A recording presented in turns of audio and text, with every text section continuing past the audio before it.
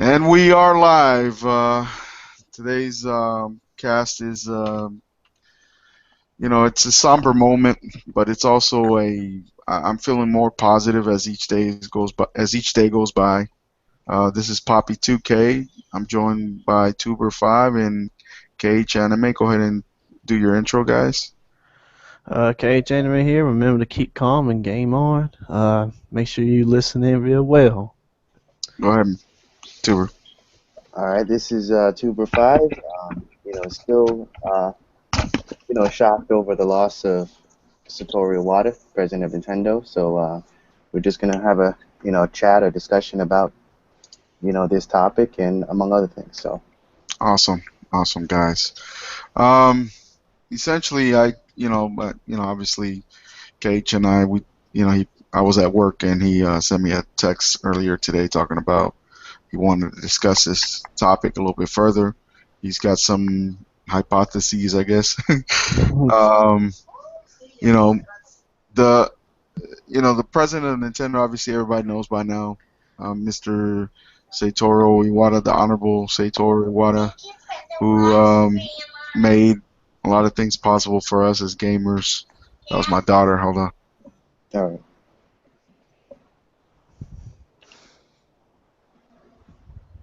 Yeah, and he made a lot of things possible for us, gamers, experiences, um, all the great innovations in the last 15 years plus, as since he's been the president, um, and he's brought to us a lot of different characters, um, the directly to you, um, you know, the E3 digital events, um, the recent signing of Universal Studios theme parks. That's going to be a reality, guys.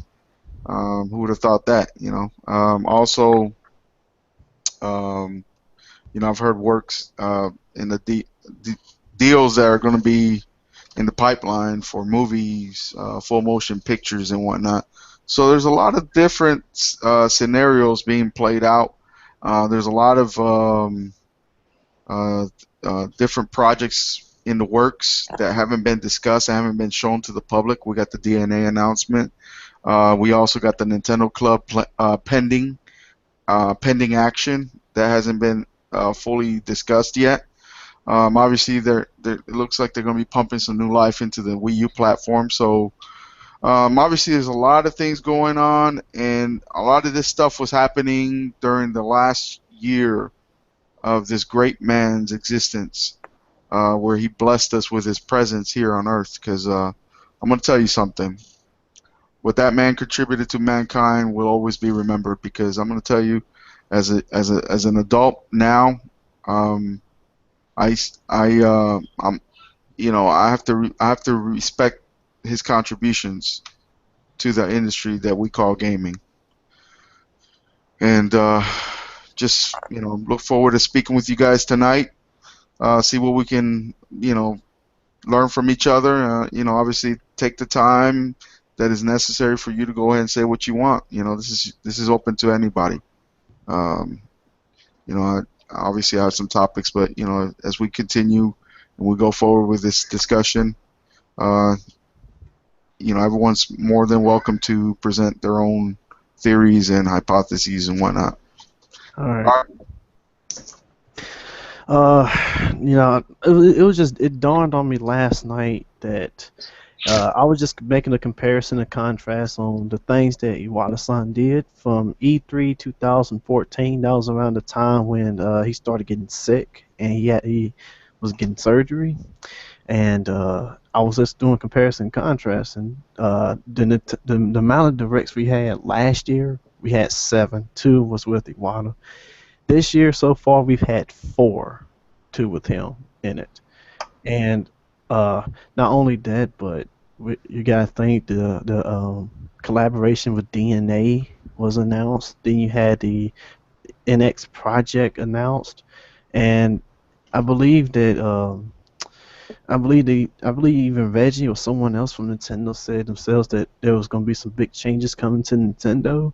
So I'm thinking that, and I researched this bile duct, this bile duct thing, disease, and it's a form of cancer. And when diagnosed, you really have only like 6 months to a year average to live. So I'm thinking that within that time frame from E3 2014 to E3 this year, he done some major moves. He knew that he wasn't going to be around much longer. So he did all that he could while he still was alive. And looking back, I see why so many projects was announced, like the, and not just the NX or DNA, but the theme parks. All that was his doing. He was trying to finalize and finish up all his projects that he foresaw before he went on to the afterlife. Awesome. Do you guys? I mean, do you guys really think that the last year of all these announcements was because um he just worked on it this past year, or was this something that he's been working on for years? Because stuff like this doesn't happen right away. Anybody knows a little bit about business, many of these big investment deals take several years to finalize. So, you know, this guy has been working on this stuff behind the scenes, him and the company, um, for many years. I was hearing rumblings of theme parks back, what, 4 or 5 years ago. So, it wasn't just all of a sudden. All this stuff takes time. DNA, that stuff takes time. They were reviewing the viability of that platform, of the mobile platform, and taking that platform seriously, and promoting products and putting products on the mobile spectrum. And DNA was just an announcement that was a part of a pending action. And so, it's unfortunate that he's not here now with us to see that fruition, that those actions become realized, and if at all successful. I'm sure they are going to be successful because Nintendo doesn't do nothing for to fail. They go all out when they do things. So just I Yes. I think all these announcements, guys, we're gonna be in for a thrill. You know. Yeah, I'm wouldn't, and also I think he knew he. I think the doctors told him, and I think he knew that he wasn't going to live much longer. Starting last year with the removal. So I'm thinking that between then and his death, I'm sure he was trying to get somebody to pass the torch on to. We will. Yeah, he. I'm sure he did the right thing. I mean, I listen. I've never been in charge of a company like that. I don't think anybody that's on YouTube doing videos is not, hasn't been in charge of a company like that, Yeah. of that magnitude. But I can only assume that um, they planned ahead. Yeah, they did. Hmm. And you know what, guys? We might get the second coming of him. You never know. I mean, we don't know what to expect, right? We just gotta take it one day at a time. Be positive about it. They got stuff coming up. I'm glad. You know what? Looking back at the E3 event, I'm respecting that a little bit more now because um, they just told us what's the next for the next 6 to 8 months what's coming out, right? Yeah. Right. So we know what to expect. So now that we know what to expect, the surprises of the unexpected is even going to be more valuable because to know that this man, this great leader, um, innovator, um, has has plans in the works. Like Miyamoto stated, he says we're still going to continue the vision, and you know that they're gonna go all out. I mean, I mean, you got Takeda, and then you have Mr. Miyamoto running the show. You got the software and the hardware guys running the show. I call them the originators. uh, and you know, I you know, obviously, you know, I wasn't feeling very well yesterday. I was still trying to get over this. You know, today I feel a little bit more upbeat because, you know, I I came to a realization. You know what? Nintendo's not ran like a Western company. They're not shallow. You know, they don't think 3 months in advance. They you know, and that's as far as they think. They think years. They think years, decades. You know, um, you know, it's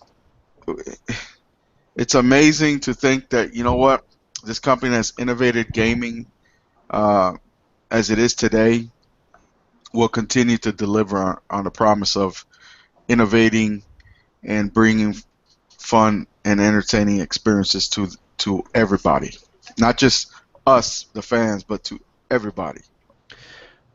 I have something else to show y'all. I don't know if you've seen the picture or not, Go ahead. but it symbolize it's like it symbolizes hope. I think like the just it just because the timing is perfect. It's let me see if I can find it.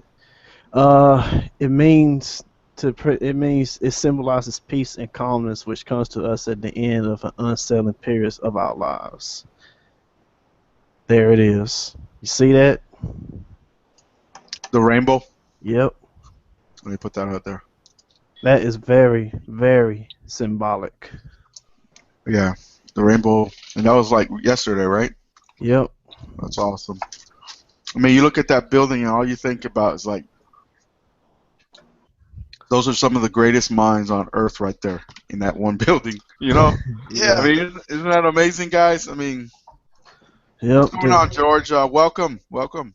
Appreciate having you. Thank you. Yep. Um, That's I got something quick to say. the Yeah, go calmness ahead. Um, after the storm, guys. That's what it No, is. no, you're right. Definitely. about Satoru Iwata. I see a lot of people that are appreciating him after his, his unfortunate passing, but he was, I noticed that way before he passed. Um, yes, of course, not everybody's gonna agree with some of his decisions, of course, but people can't argue that he did try to change gaming with the Wii and the DS and all those things, and he led Nintendo's most successful period with the DS and the Wii combined, which people got to give props up to him for that. But also, I know Nintendo's going to find the right successor. You know why? Because Nintendo has only had 4 presidents in its whole over a century history of the company. So Yep. Nintendo goes for the long run. So they're going to choose the right person to lead the company for 20 years plus. It's called So that's why, stability. yeah, Stability. that's why I believe they've only had 4 presidents their whole year. You see some companies that get are like CEOs every year, like Zynga, So you see so many gaming companies that have to fire their CEOs almost every year because they're not performing. Iwata was a person who performed. He cut his pay cut to save other people's jobs, which that was props up for him. What type of person do you know that runs a Fortune 500 company, a multi-billion-dollar company, would even think about doing that? Especially those people in Silicon Valley in California, they would even think about cutting their pay cut. They'll be cutting other people's jobs, like most of them are doing right now, like Microsoft, for example. So, it, Satoru Iwata was a great person, and I know they're gonna find the right successor, Miyamoto, and I forgot the other guy's name, but Takeda. he, yeah, Takeda. He is a great. Them two are both great interim CEOs to run the company. Now I saw an article that Miyamoto is a front runner, which is it makes sense why Miyamoto is the front runner because he kind of brought Nintendo to their best times because of all their IPs that he created along with other developers. So it makes sense why he's the front runner because he's such a veteran. The thing that I saw a couple of videos about Reggie, how Reggie might be it. The thing that knocks Reggie is because if he could speak Japanese, then yes, that would make sense because he has to communicate with Japanese investors. Absolutely. Yeah, so I say that Bill Trinen from Nintendo of America would have more of a chance becoming the CEO rather than Reggie because Bill Trinen can at least speak Japanese. Bill Trinen understands the Japanese culture, unlike Reggie. Yeah, and he's a marketing guy. And So you guys noticed something? perfect. He's been there since the N64 days too. I'm gonna give you guys some food for thought. Have you noticed that the latest, every single direct since Iwata was determined to be ill? Yeah. The operation that Bill Trinen has been they've been promoting Bill Trinen. Have you noticed that? Yeah. Yeah, I've seen. Remember when Reggie fired Trinen in that pre-E3 cast? And Trinen was like, "I need to find a job." Yeah. Does that? I mean, all these little things that happen, they do things for a reason, guys. Now, I'm not saying he's gonna be the CEO or anything like that, but that makes you think that maybe there's moves already happening that we weren't aware of, we didn't see, even though they showed the card. They showed us the moves. They showed us what they were trying to do. Well, I mean, what I want to say, as far as the passing of Satoru Iwata, and I like to bring up George's point about how people, now after his passing, that they're starting to appreciate, this man and what he's done. I mean, when you think about Iwata coming from having a programming background, to being a gamer, to being a businessman, to be able to speak two languages, like we talk about Reggie, we talk about Miyamoto, we talk about Takada, and they all have their own individual strengths, but it's really going to be quite the task to fill in the shoes of somebody that embodied a lot of those traits that made him such a great president. I don't doubt that they'll find somebody to run the company in a positive way, but it's just that, I mean, as time goes by, we're going to start to see how invaluable that he was to the company. It's just a shame that it took his death for people to come to that realization, for what he contributed to this industry. No, absolutely. Well said there. I appreciate that, Tudor. Yeah, man, no problem, Double M. I mean, this is impromptu. I mean, I'm not when I do these types of chats, I'm not, I don't try to be all formal about it. I just like the fact that there's a lot of common sense, logical individuals out there that are true gamers, that appreciate gaming at its core, at its core essence. Any comments, Double M? On anything specific? Right now we're just talking about remembering Iwata, and then we're going to move on to other stuff. But George was just discussing potential candidates for his Mr. Iwata's succession plan, and recognizing the fact that you got a lot of haters out there that now basically are trying to pretend that they cared and appreciated this man when he was alive, and these were the same ones wishing this man was fired. I mean, gone. I said it in my podcast earlier on. Iwata didn't get the respect he deserved from gamers or this industry. It's unfortunate because to die at that age, I mean, especially for Japanese culture, 55 is very young. Mm-hmm. Absolutely. And I don't think he was able to. It's unfortunate because to me, we never really got to see what this man was fully capable of doing. And I really do think he deserved better from us as gamers, better from the industry. We know, we know what Nintendo is about. They're about changing the norms and things like that. And it's understandable. People are afraid of change. It's, that's how the world is. People are afraid of change. They like to go with the trend of things. But if there isn't someone out there to put change in effect, then how do we move forward? How do we move forward at the end of the day? Hmm. And that was the thing with Iwata. Iwata had, long-term vision. He believed in changes that would one day become industry standards, you know. And he wanted to continually bring new experiences and bring new generations of gamers in, you know. And for a lot of those, constantly bringing new generations of gamers, new ideas, new concepts, new ways for people to interact with each other with their games. Yeah, And he got so much slack just because individuals felt that they weren't catering to that he wasn't catering to their individual needs. When this is not just about you, the individual. This is a group. This is a collective. the greater. There's Yeah, yeah, agree. there's gonna be there's gonna be gamers like us. There's gonna be gamers that came before us. There's gonna be gamers that come after us again and again and again. Like at the end of the day, gaming's not gonna die when we die. Exactly. Yeah. It's still going to be going.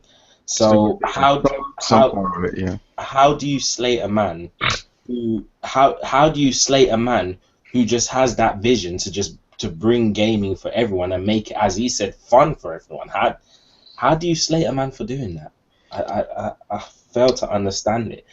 I mean, it's better if you just turn around and admit that you know you're not ready for change. You're afraid of what change might bring, because that's what the real insecurity is. It's not being able to accept change. It's not, the problem wasn't a Wata or a Nintendo or anything. The problem was mainly people not willing to accept change. Exactly. That's what it comes down to, and it's better you just come out and say that, admit that to yourself, admit that to people that these are changes that you weren't ready for, you weren't prepared for, you weren't expecting. You know, I'd more respect you for coming out and saying that, in all honesty. So, it's in many ways, it's a shame, but at the same time, in many ways, it's a shame that it had to happen. But at the same time, I had a lot of respect for the man, a lot of respect for the things he done. More so than even gaming, I had a lot of respect for his business morals. His business morals were somewhat inspirational. I mean, if I were to run my own business, I would want to run it with those same type of business morals. Not, taking. I would want to be the one that rather takes the pay cut than Exactly. have all my employees worrying about where they're going to be eating, sleeping, and all that kind of stuff. How Yeah. they're going to feed their families. I would rather take the pay cut, because if I'm earning a good load of money, me taking a pay cut is not really gonna.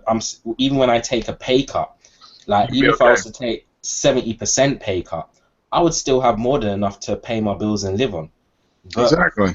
for someone else at the bottom who's earning just a livable wage, who's only earning a livable wage, you know, that money I take out of my salary, that to pay that man there, that could have just covered his rent, his food to feed his family, childcare, all kind of things.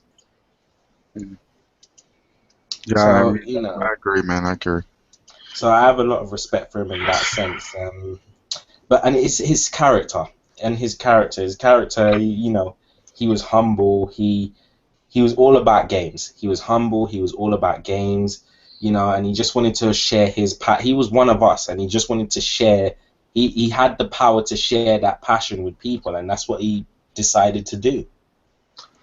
It was that, you know, where are we really gonna find a guy like Iwata in this industry? I mean, to me, he was the industry president he was the gaming industry president that this gaming industry needed, but unfortunately didn't deserve, in my opinion. Yeah, Yeah, well, I know. well said. I think a lot of what Nintendo was doing under Iwata, especially during the Wii and DS generation, it got me more interested into gaming, like more on the business side. And in fact, a lot of the things that he had implemented, had helped me personally with the dealings in my own life. And a lot of the things that he did, I can definitely take it to heart. But as you mentioned about, gamers, certain gamers not willing to accept change, you had a guy that was in charge of a billion-dollar company that had to bring in change for the company, but at the same time go back and make sure that whatever he was bringing out there resonated with also with who Nintendo, like what Nintendo was as a company in terms of what they represented in the past as well. So that's not an easy task for anybody, and it's a shame that someone like him was the butt of jokes and taken for granted. It's like when Yeah, John Lucas was mentioning how it's almost similar to like how Michael Jackson was, like but a butt of jokes and constantly being ridiculed. But then when he passes away, oh, he's the king of pop, and he's he receives all the adulation and all Yep. the all the praise. Yeah, but I remember that day too. The internet crashed for like 2 3 days. Yeah, Hmm. but I mean, this is the sad reality that we live in, guys. I mean, we live in a world that's petty. You know, they Fucked up. feed off of the negativity. They feed off poison. They they they Hmm. hate you because they don't understand you. And But then I mean, I think. all of a sudden when you die, they love you. exactly. But I mean, I think that's more. I don't know. I'm starting to see if that's more of like an American or Western mentality because Yeah, it is. you don't see doom articles or someone need to be fired if you go to like a Japanese Famitsu, for example.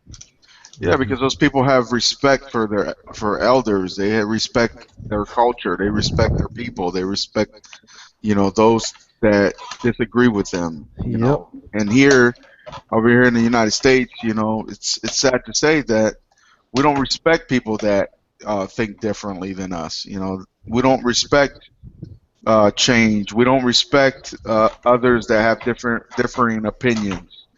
And A lot of people don't realize as well. Without Iwata being in charge, Nintendo would be a lot worse off now.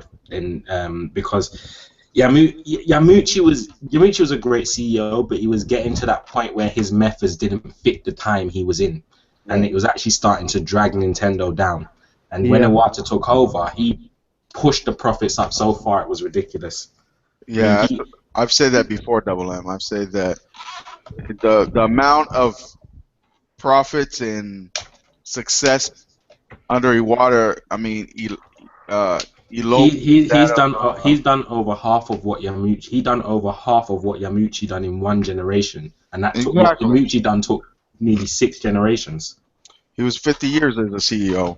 50 years, Hmm. half of a century, and you know he chose Satoru because he saw a lot of his abilities in him, and he also saw the fact that this guy think differently. He thought out the box. He Well, always. Yamuchi even said it. Yamuchi said that thing like he hasn't. He even said when he was talking about him is that he hasn't got this. He isn't as aggressive as um, Yamuchi was. Yamuchi said that he was a bit soft and that he was a bit of a pushover, but he said his business mind and that he had a lot to learn still, but his business mind was second to none. Exactly. He knew how to. Hmm. He knew how to make things happen. And Hmm. what else do you want in a leader?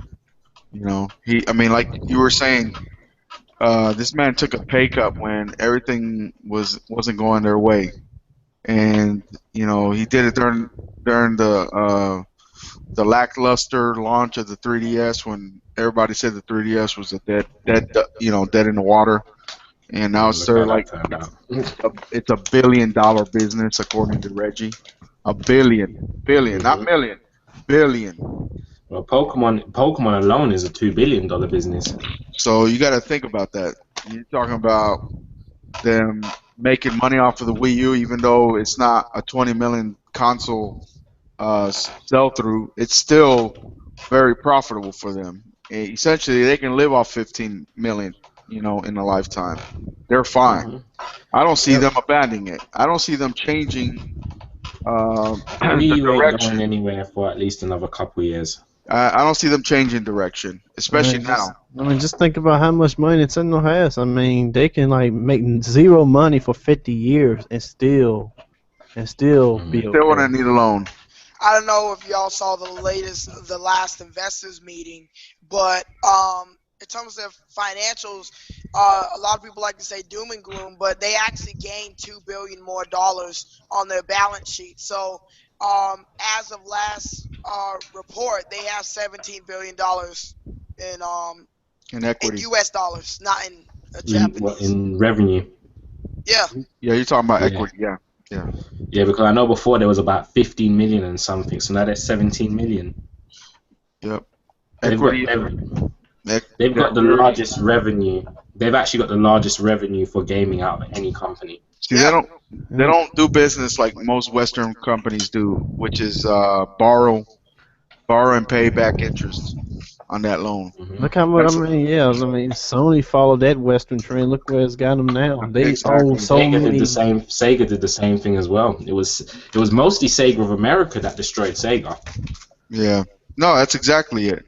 When the Western CEOs and corporations um, begin to control the mindset of the Japanese or the Eastern corporations, is when you start seeing the downfall of those corporations. Hmm. And it's very evident just throughout the few decades that we've been able to witness this over the internet. I mean, we're able to see all this stuff happen because of the World Wide Web. And if it wasn't for that, most of this stuff would be foreign to us. We wouldn't be able to see this stuff.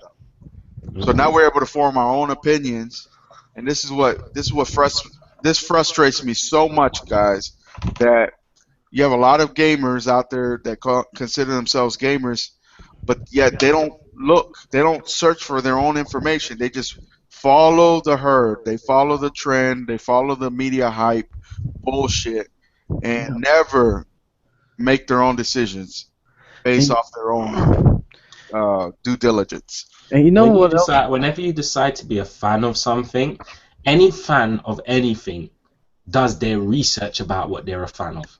So I if you're a agree. real fan of gaming, you do your damn research. Exactly. And also, I'm also talking about, everybody's all these fanboys, mostly on the Sony Microsoft side. It's like when Iwata-san passed, I actually saw someone send me photos of both the PlayStation Twitter account and Phil Spencer's Twitter account. Talking about rest in peace and how they praying for his family and Nintendo. But it's like even the higher ups respect one another. It's like, why can't us Well, as this is the consumer thing. and This is the thing. This community is can't do this that? is this is the problem with gamers. They don't realize that all these companies are in partnership with each other. Exactly. They're all business partners in some way, shape, or form. They all work together in some way, shape, or form. Yep. It's not just because you don't see EA release a game on Nintendo's latest console. Doesn't mean they're not still partners. Doesn't mean they're not still working together on things. Exactly. Because It may not. It may not even be games. It may just be it could be anything in the business world. if you yeah, I mean, remember, it's not just that either. I mean, even back then when it was Nintendo Sega, I mean, looking at it now, Miyamoto-san actually praised Yuji Naka for the character creation of Sonic. I mean, that says a lot coming out of someone like Miyamoto. Well, even in a recent interview, Reggie was like, saying praising games like Halo and Star Wars Battlefront. Yep. And that's another thing as well. I've got to rate Kevin Pereira because he was actually he actually had enough balls to ask the questions that most of these pussies in the industry won't. What do Don't you hold back, say? guys. I don't want you guys to hold back today. Let it No, it's all just out. that my sister's sleeping in the next room. Oh, okay. yeah, people don't notice that in some way, like Samsung and Apple, Samsung, people don't realize that Samsung is in Apple products. Samsung makes the chips for the iPhone. Yeah, So they make the brains yeah, and yeah, they make the chipset for the iPhones. They've been doing it for actually a decade now. Because if you think about it, when was it? Apple started working on research and development for the original iPhone back about 10 years ago. So they all need each other. It's a symbiotic relationship. They give and take from each other, and without each other helping each other through the research and development. Think about the partnership that Nintendo had with Sony. The Sony PlayStation exists because of Nintendo. Okay, all Hmm. those Nintendo fans out there, all those fake ass fans out there that call themselves Sony gamers, you better be glad that it was the enthusiastic, um, research and development position of Nintendo back then when they were just searching for the next great thing, which I'm pretty sure they're still doing, that we don't know nothing about. But it just so happened to be the PlayStation. But the deal went sour because Sony was greedy. They wanted to be fucking greedy. Okay, they wanted full control of all intellectual properties, meaning the IPs that was Hmm. produced on the CD medium. That's what happened, people. Let's not be stupid about it. If you're trying to start a store, if you're trying to start your own business, and the only way for you to get your business off the ground or expand your business, you got to sell your fucking intellectual property off. That means you have no rights to that property just to get the funds or get the support to do that. It's the same concept, yeah. you know. I can give you guys an example. It's like when Walt Disney, he first started out the Disney company, where he made that character Oswald. At first, he didn't own it. He sold Oh, okay, Universal I'm sorry. Pictures. Thanks, Tuber. Yeah, All right. Universal Pictures owned the rights, and later on, Disney got the rights back to that character. But still, he basically sold the rights off so that he could get funding from Universal Pictures, like 100 years ago or something. So that's a great example. People need, you like to own your intellectual property, because basically you can make licensing fees off of it. That's what Nintendo is doing with the Universal Parks. They're making licensing fees off of what Universal uses within their parks, which that's a smart deal that Iwata put together. A lot of people don't realize the little smart deals that are going to transition Nintendo into the future. That parks deal with Universal can help Nintendo advertise within the parks, get mind share. That's what Nintendo needs. They need We mind get a share. shit ton of money as well. Yes, a lot of people know Nintendo, but just to know, like the Wii U and 3DS is out there, a lot of moms and dads like the Wii U. Now, say if the Wii U would have as soon as they announced it and release, like say the next year instead of 2 years later when they announced it in 2011, I think the console could have sold 10 times better than what it did, because that's when tablets were on the way, but it wasn't as big as it was in 2013. They waited too long to release the console, so the tablet wasn't as valuable as they wanted it to be. And you know Uh, the sad thing about it is the smartphone and tablet market would not be anywhere what it is today if it weren't for the DS. or the Yep. Wii. And Yeah. who designed the DS? Wasn't it Iwata? Yep. Yeah, it all goes back to So even the people Game who and take Watch. e- All goes even back then. yeah, that is true. Even people who take advantage of like their smartphones and their tablets and stuff like that, you've got a lot to thank Iwata for there, because through the DS they proved that touchscreen gaming can work. Yeah, exactly. That was a novelty at the time, and people thought it was more of a gimmick than anything, pushing the boundaries as far as But then tech. when Apple saw the money Nintendo was making from the DS, they jumped on board. Oh hell yeah, they jumped on that shit quicker than shit. It's amazing the innovations that Nintendo brings to the world, not just to the gaming, but to the world. Because you gotta Hmm. think about it, the smartphones are big because of that. Before then, smartphones were like this clunky, big ass fucking apparatus in your hand that you can only, Blackberries. yeah, you can. Well, they had HTC used to have those big ass Yeah. clunky smartphones, and you know it wasn't something that you would prefer. You would rather just have your little flip phone and call it a day, right? Hmm. But then the touch screen came into fruition where it became something useful. Obviously Apple took Nintendo's idea and made something a little bit more, user friendly, so to speak, because you I could do wouldn't the be surprised if they multi-touch. got the. I wouldn't even be surprised if they got the idea for their apps off the Wii channels. Yeah, well, I think they were both around the same time that was released, Mhm. but like you were saying, Double M, if it wasn't for Nintendo's innovation, if it wasn't for them taking risk, a lot of companies are so scared to spend money because Mhm. they're worried about it not selling. That's what it's all about. But Nintendo doesn't give a fuck, okay? Because they care most about what? Making sure that you have a great experience. Mhm. Because at the end of the day, business is not about. People think business is about money. Business is not about money. Business is about providing a service to people, Hmm. and when you provide that service, you get rewarded. The other day I The heard money, you the money, talking the with money is the reward. Double M. I heard you the other day talking with Liger and um, the man, the legend himself, Triforce. Triforce, and you commented up. I don't know if it was you or someone else is saying that money, money is money has a printed value on it. It's Yeah, actually I the was saying. resources. The No, yeah, resource, Triforce was saying the resources. I was yeah, saying that the money is actually just a debt. exactly. You don't. There's nothing of value on that piece of paper. That same piece of paper that they put $100 on, or $50 on, or $20 or Do you $1. know? Do you know what the biggest resource for money is? Humans. Human, yeah, Money, human money has resources. value because we work for it. Exactly, because we humans give it value. We give it Mhm. credence. We say yes. This has some usefulness. I Because will. the value doesn't come in the money we're given. The value of that money comes from the hard work we put in to get it.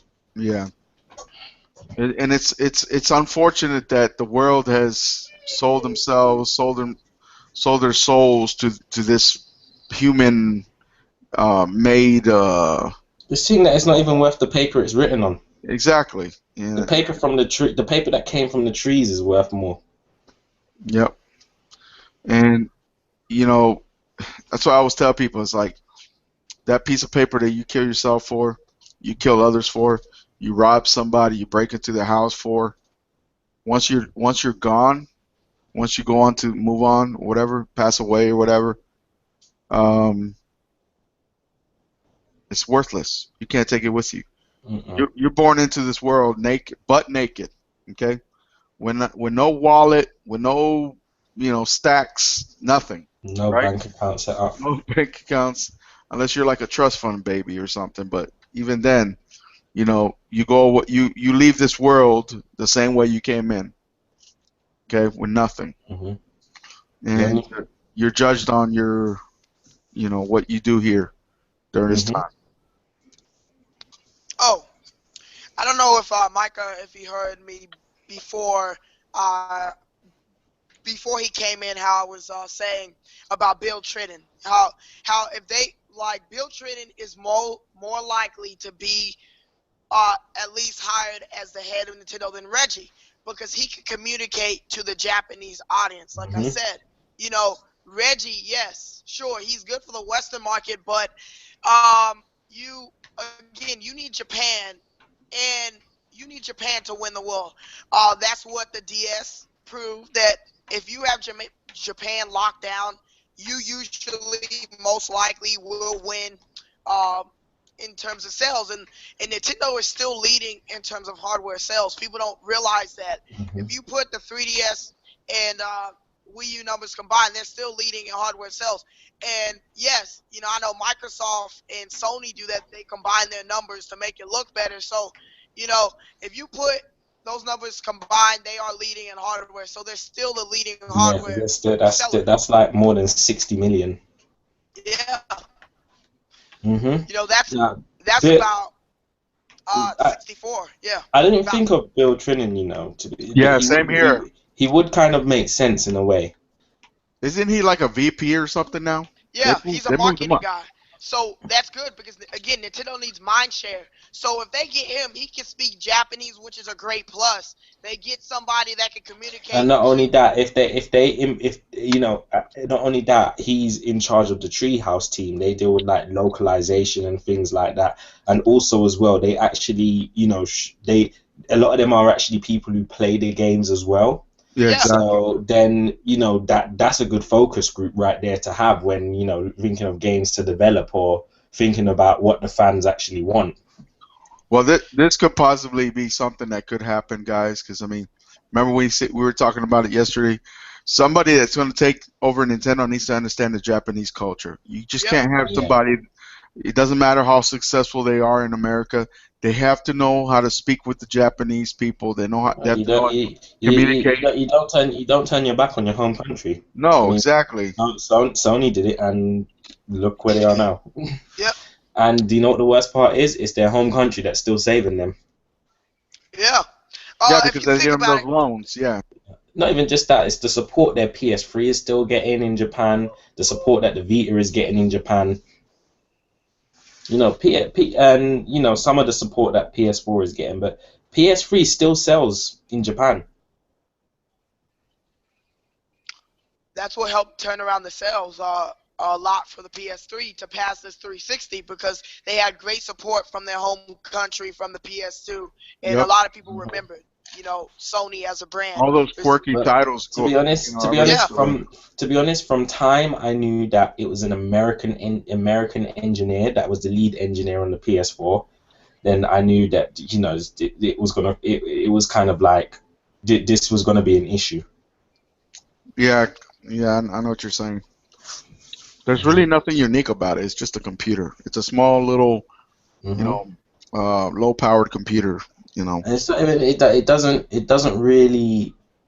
doesn't really coincide with the Japanese design philosophy in the No. fact that you want to make something that is offers good performance per watt. Did you guys see that Ken Kutaragi? He sent out his regards or his condolences. yeah, You know Ken Kutaragi, right? Yeah, yeah, yes, yeah. The father Yeah. of PlayStation, Father of PlayStation. I the didn't the know he tr- was still the alive. true the true maker of PlayStation. He's the one. Yeah, he's the one that had the vision, and Hmm. And Sony fired him for that. and they fired him because he stuck to his guns. I'm glad he stuck to Hmm. his guns. But Hmm. yeah, I see them making good decisions. As long as you have Miyamoto there, cultivating the new breed, the new generation of developers within Nintendo, and then you have Takeda there still cultivating the hardware side because they, whether we want to believe it or not, those two gentlemen have formed the Nintendo that we know of today. Okay, Hmm. it was Pretty just yeah, much. Hiroshi Yamauchi just made sure that they had the funding necessary. But the vision that he had was fulfilled because of these two gentlemen. Yeah, and Yokoi was the one that trained them both, isn't it? And Gunpei Yokoi hired both of them. Hmm. You believe that? Takeda and Miyamoto are like they're his babies. Yeah, exactly. And I mean, we seen Splatoon, right? Hmm. You guys seen the co-director? He yeah, looks like the Squid Boy. He's got the Hmm. same hairstyle. Um, he reminds me a lot of Miyamoto. The way he talks about the game and design and whatnot. Um, I like the fact that they're just bringing up young developers and stuff like that to see. This is another thing about Nintendo's business more is that they actually train the new generation to take because over. you know why, Double M? Because they're not in the business of hiring and firing people. Once they get done with the project, most of these Western studios, you know what they do? They lay them off. Hmm. Order 1886, 1860, whatever the fuck it's called. Um, what else? What is it Drive called? Club, Drive Drive Club, Club. Remember that guy? Remember that movie? That game from was it Konami or Capcom? Remember Me? As soon as yeah, that game dropped, they fired everybody. Mm, it's crazy, man. That's just the mentality of the Western studios. That's the mentality of the Western development side. They Hmm. see their developers not as as precious resources like we think of them, but they see them more of collateral damage. But you Okay, know who I think would actually make a good would make a good CEO as well. so Because Takeda. Yeah, I feel, I mean, he's the him and Miyamoto are the directing representatives at the moment. but don't you think that those two were planning to retire in the next 4 years? that's true. That's I true. think Don't you think they're like Miyamoto. ready? I I mean, they're think both I 51 and don't think 52. Miyamoto's retiring like the next 4 years. I'd say give him about another 7 at least. I say if he was going to be the president of Nintendo, he would have had another 10 years max. Which 10 years max. That's what I believe. I don't think he would have stayed 15 something 10 years max. Which again, Nintendo looks for the long haul, so they won't really want to. I can see Miyamoto being the president of Nintendo or the I don't see CEO. Miyamoto. The reason why, because it's Miyamoto's attitude. He's way too humble to take a position like that. He would rather. Before Iwata was selected president, there was rumblings in the industry that Miyamoto turned down the position. Okay. Miyamoto's he's too modest to take a No, position like that. He yeah. would rather stick to what he knows best, which is like software development and things like that. Takeda, I can more see doing it simply because he Takeda's got. understands. Yeah. Because he basically develops the foundation for all Nintendo games, which is the hardware. So, to be the person who's the head of the company, who's also in charge of that side of things, you clearly have a good grasp of, understanding technology and possibly how to market it and things like that. The more hardware you can market, the more games you can market. And that's what I was So, saying yesterday, that the Nintendo has to get somebody that has some type of technological prowess, somebody that knows the in and outs of the engineering side within their company, because you don't want to hire some kid out of school. You don't want to hire some guy that got his MBA, but that's all he fucking knows. Okay, business. You want somebody that was in the in the trenches, working his way up, been with the company for 20 years at least, and that way he's part of the culture, right? Yeah. Because that's what's going to keep them afloat, and that's when it's going to give them the continuity that they need for the future. Takeda doesn't actually look that old, so And I he's couldn't believe he was 66. 66. Yeah. I knew he was like I knew he was probably like in his 60s, but more for like maybe 61, 62. Yeah. He takes a lot of that ginseng. No, but I like you said, if he was to be CEO, I'd reckon he'd probably stay on for about another 10 years. Because Yamauchi, he retired when he was 75. Well, he stepped down from Nintendo when he was 75. But he was still the chairman until 2005. So he was still on the board. He was still on the board after that. It's just that he stepped down from his chairman role because, he started to get a little bit older and wanted to spend more time with his family. So, but he was still one of the strongest shareholders. Yeah. The family still is today. I think the family owns about 20%, which is a pretty big stake of Nintendo, which they're pretty valuable in Japan. So yeah, they're like $175 a share, man. They're worth more than Apple in Japan. All right, so that family's making some good residual income. Plus, they pay dividends. So what else you want? I think that with Genyo Takeda and Mr. Miyamoto, it looks like those two are going to be heading up the. I think we're going to see those two being the representatives for quite a few years at least. You think they're going to hold the?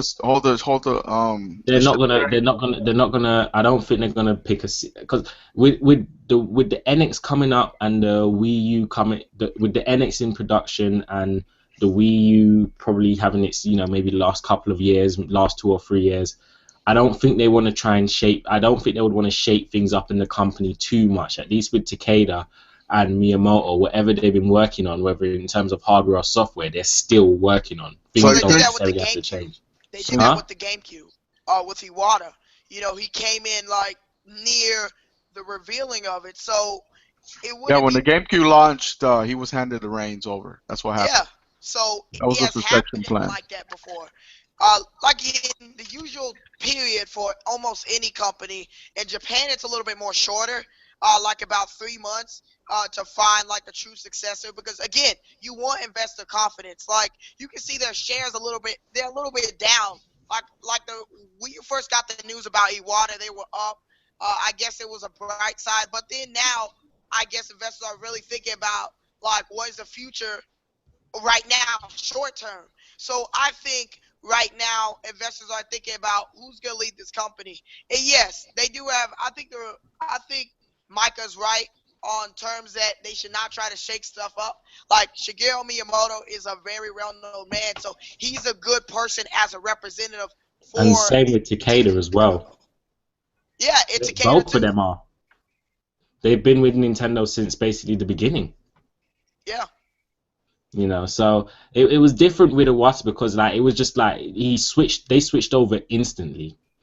You know, Yeah. like Iwata was already working on a lot. Like Yamuchi already had Iwata working on things to put him in Yeah, place to be CEO. exactly. He had So he had the he was preparing for him. This has been like an unexpected turn of events. Like no one's really exactly. been necessarily prepared to be a successor. So at the moment, the strongest thing they could do is keep people that know the ins and outs of the company, understands how it functions and everything like that to represent for the time being. And I think they're possibly, you know, I think if shareholders know that Miyamoto and Takeda are the ones in charge for And the you guys got to moment, realize that then Miyamoto isn't just a software developer anymore. Yeah.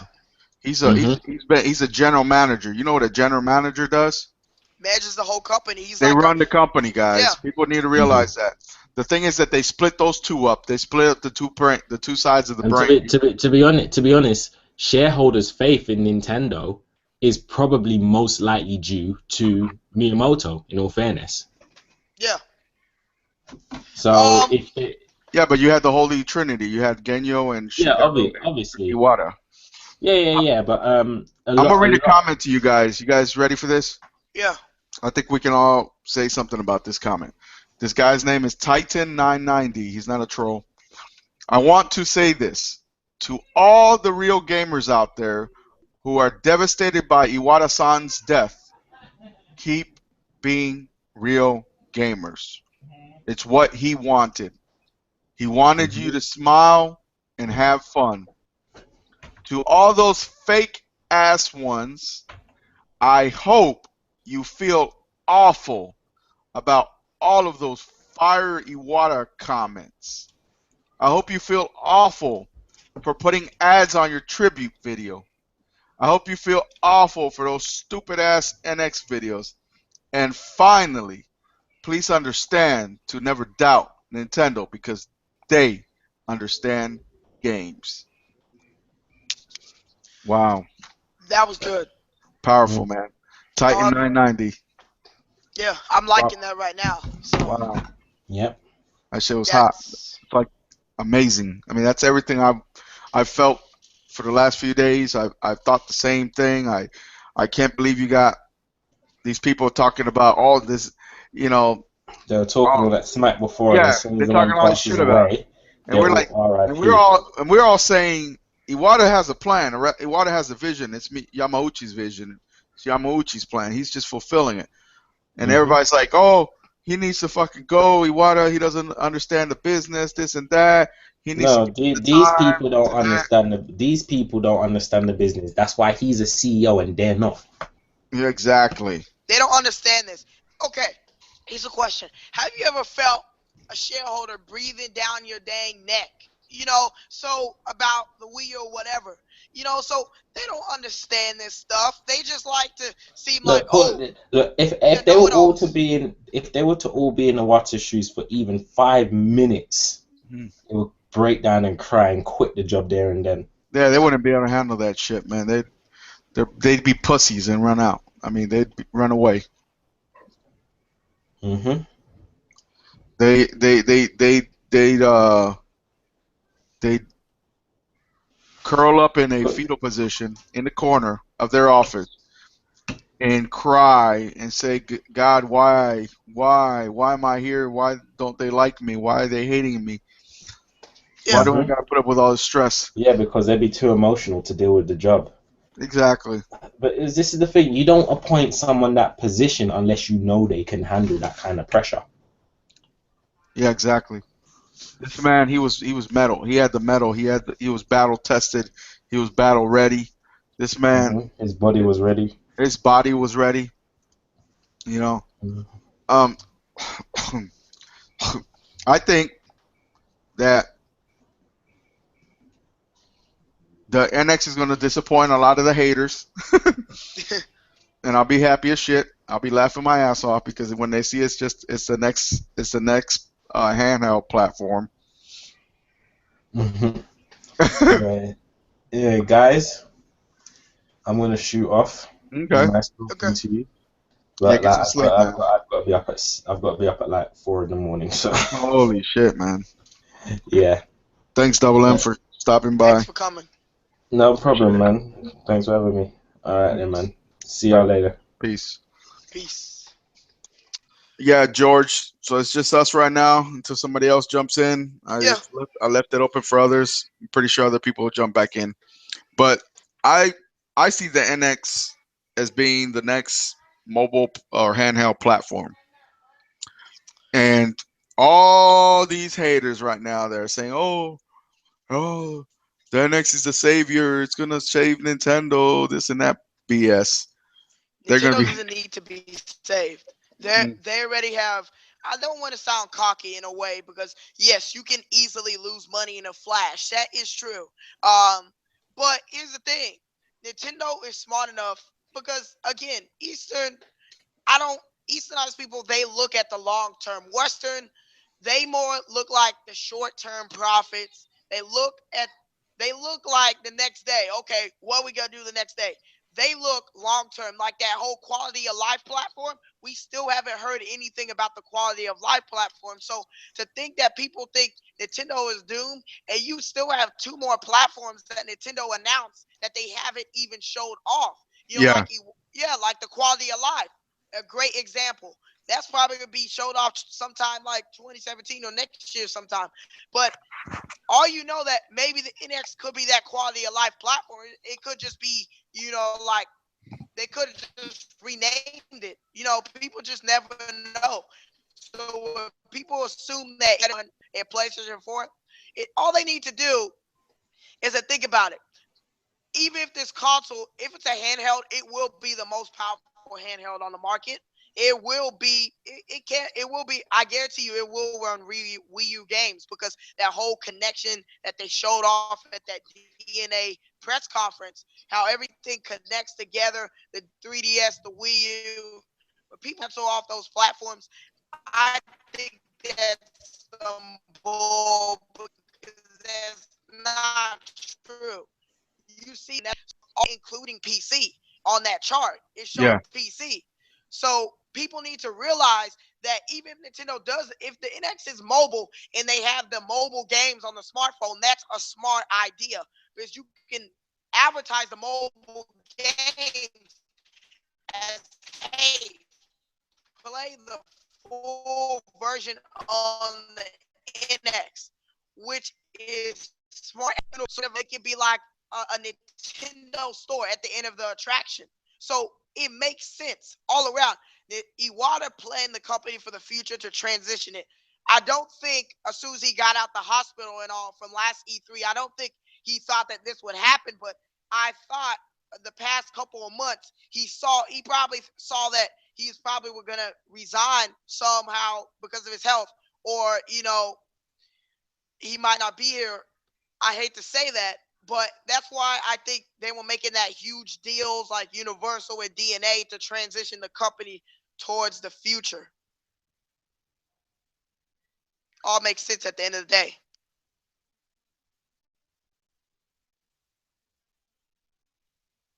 If look at it that way, most people won't look at it that way as Nintendo transitioning into a better company than what they were before.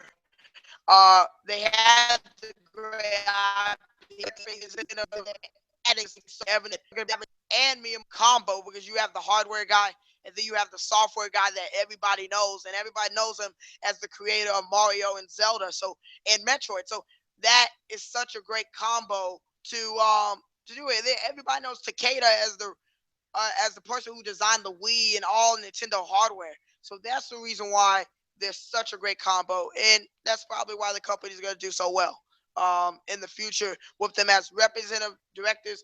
But I'm going to argue what Micah said. Nintendo might keep them for a couple years. I don't think that will happen. I think they are still trying to find a successor for Iwata. Yes, it can take 3 months to a year or two because they have to make sure that they go for the long haul and find the right successor. Like how I said about Bill Trinen, he's a great candidate because he's a marketing guy. So that's what they need. They need a marketing guy. He knows the Japanese culture and he knows how to speak Japanese, so he can communicate to their consumers over there and their investors, and as well be in the American directs in North America's direct, same with Europe's, just like what Iwata was. That's another thing that was great about Iwata because he was a dual threat. He can speak. He was good for the Western market. Most people might not realize that, but he was able to speak English and Japanese. So that was the best of both worlds because that's Nintendo's two biggest markets. So it's great to communicate to both of your consumers on both of the ends of the world.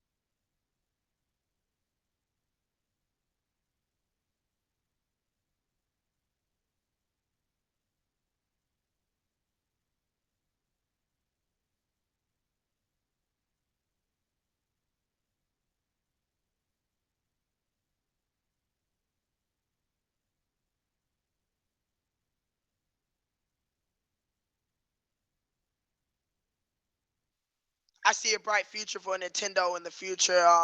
They got two great representatives running the company in the short term, while they find a great successor that can hopefully match or be on par to what Iwata and Yamauchi brought to the table the past 60 Oh, years. If yeah, I'm sorry. I can't believe I was muted. I was trying to say something.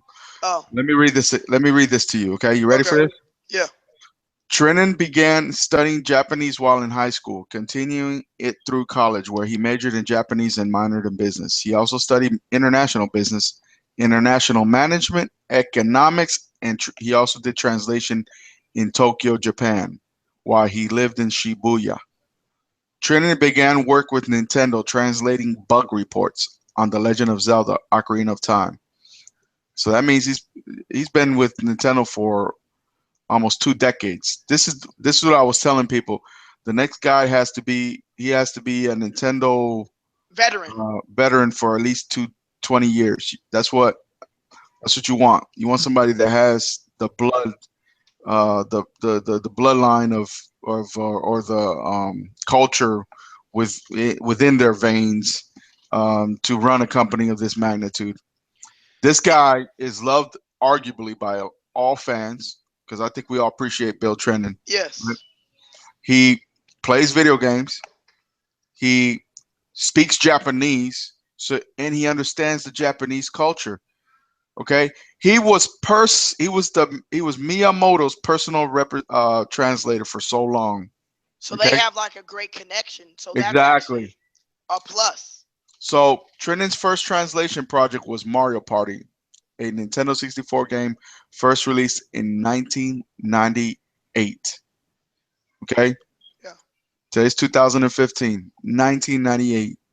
Trinen became the interpreter for Shigeru Miyamoto 6 months into the job request of former NOA software engineer manager Jim Merrick. Trinen has also presented in various North American Nintendo Direct presentations. Basically, what I think Bill Trinen could be, like you were suggesting, he could be in line for that position. He Yeah, has all the qualifications. I say at Fan, least the top five. and he Yep, doesn't put up. He listen, Bill Trinen. He may come off like to us like a very nice guy, but you can tell his brain. He's got that fucking brain power that he don't fuck around. he's hardworking, as you see. He studied Japanese culture for so long that it would be a great addition. I don't think. At least you have to be. You don't have to live up to Iwata. At least you have to be on par somewhat. And what I think what could happen is that yes, I thought outside the box. I was thinking about this all yesterday. I was thinking about it's not gonna be Reggie. A lot of people were like, Reggie, no. Because Reggie, before he became Nintendo America's president, he was working at Pizza Hut. No, he was a Pizza Hut marketing manager. So I'm like, why would they hire somebody that has no gaming terminology? But until they worked at Nintendo 10 years ago, that does not make sense. Now, Reggie, he's a great person. I think Reggie should be promoted to the CEO of Nintendo of America. Yes, now since he waters, unfortunate passing. But I do not think he should be the president and CEO of Nintendo as a whole. I think that job could go to Miyamoto, Takeda, or Bill Trinen because Bill Trinen is a great candidate. He understands the Western market.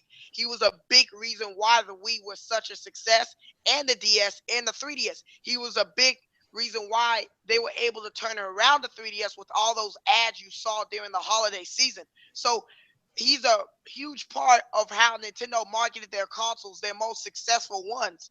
Hmm. Uh, yeah, in North America. So it makes sense. They need marketing. They need mind share. So they need somebody like Bill Trinen, and they need somebody that understands the Japanese culture. So Bill Trinen is a perfect candidate as of right now.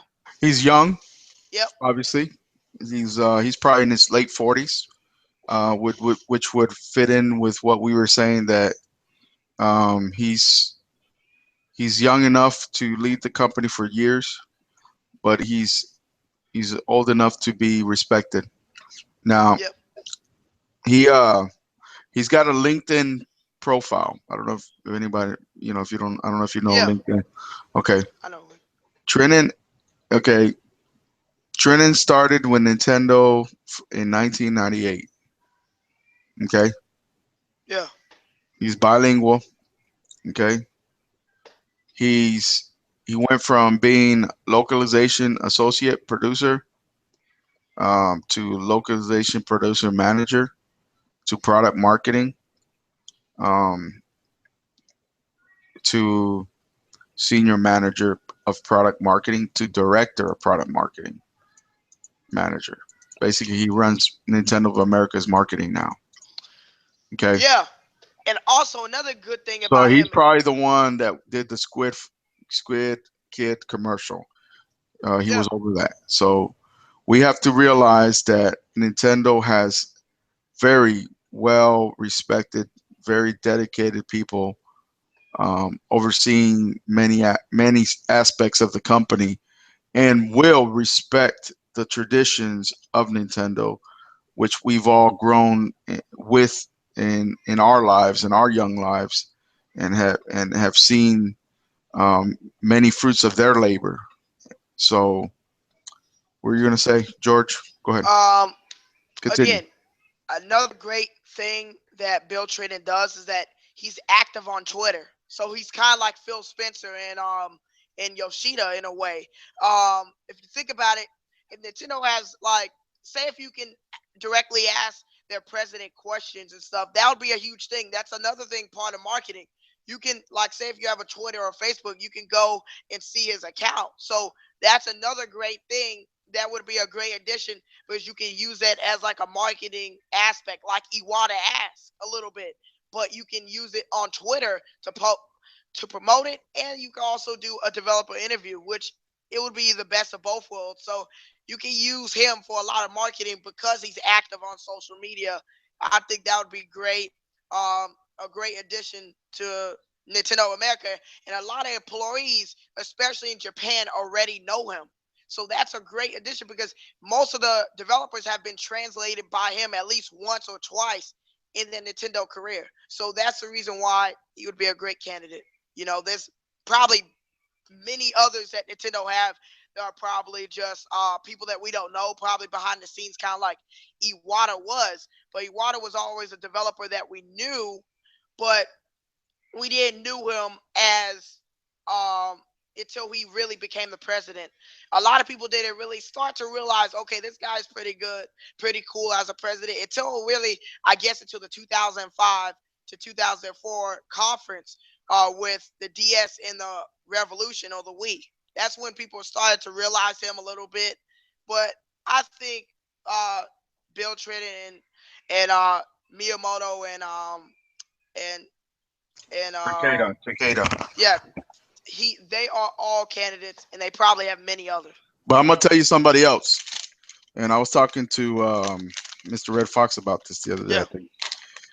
His name is Satoru Shibata. You know who he is? Yeah, the Nintendo of Europe president.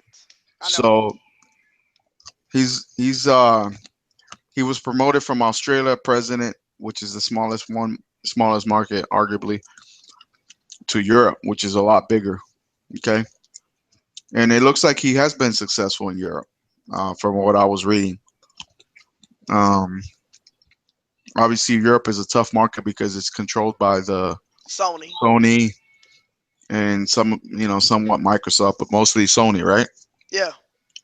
Obviously, the reason they control it is because Sony's platforms have been easy to pirate Yeah. all these years. So, and that's true. I mean, look it up. I'm not making that stuff up. Um, so they're more susceptible to buying Sony platforms because of that. So Which when all makes Nintendo sense. comes around and they have this hardware that's called region locked, okay, and they don't allow you to play games from other parts of the other regions. Yeah. They do that for a sole purpose of preventing that pirating, okay, and also their system is so difficult to hack into, even though it's so supposedly so weak. Um, so it's hard for them to get a footing in when you got to deal with that. But he's done very good. they've been very happy with the numbers. Obviously, they would love to have more, but they're happy with the numbers because they understand the dilemma there. Yeah.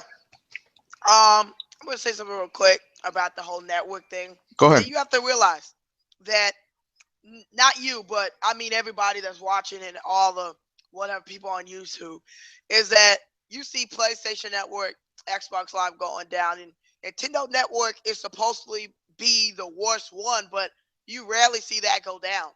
I think this network has only been down like once or twice this year. I think only 4 5 times since the Wii U has launched. You can name almost, I guess, 20 times when Xbox Live and PlayStation 4 were down. I have both of them, so I can say that. And also on Christmas Day, you were able to play your Wii U games online. Were you able to do that on PlayStation Network and Xbox Live? No, they were DDoS. So um, people like to trash Nintendo Network, but it's probably the most secure as terms of people don't usually hack into that network as easily as they do PlayStation Network and Xbox Live, and they supposedly pay for it. So that kind of sucks. I agree.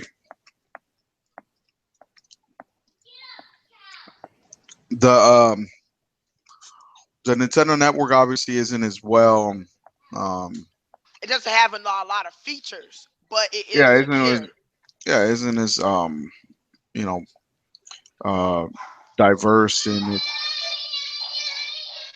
its features and whatnot, but it does it does what I need it to do, and that is to get on, download my eShop titles, and interact in Miiverse and watch Netflix or YouTube or whatever, whatever else you do besides gaming on it. And to me, that's fine. And you know what it does? It has a video chat feature on it that hardly anybody uses. That you can get on with other people and chat, right? Yeah, I use that a lot sometimes when I use it. So I It's don't. actually pretty cool Yeah. how you can draw on the gamepad and people messages.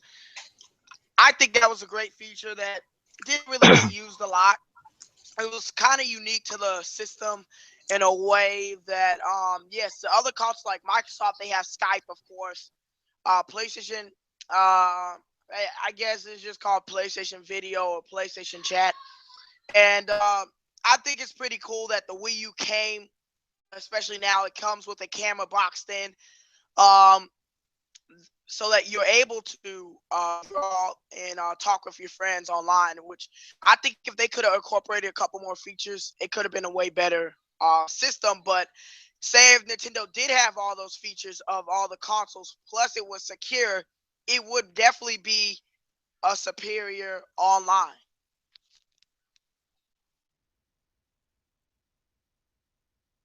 Listen. The platform does what I need it to do. Um, it's more than capable of doing everything else the other systems do. Uh, Nintendo's direction on how to best provide an online experience obviously is um, you know different from what you see with Sony and Microsoft. Okay, and that's where I have a problem because why do you want all your consoles to do the same fucking thing? Okay,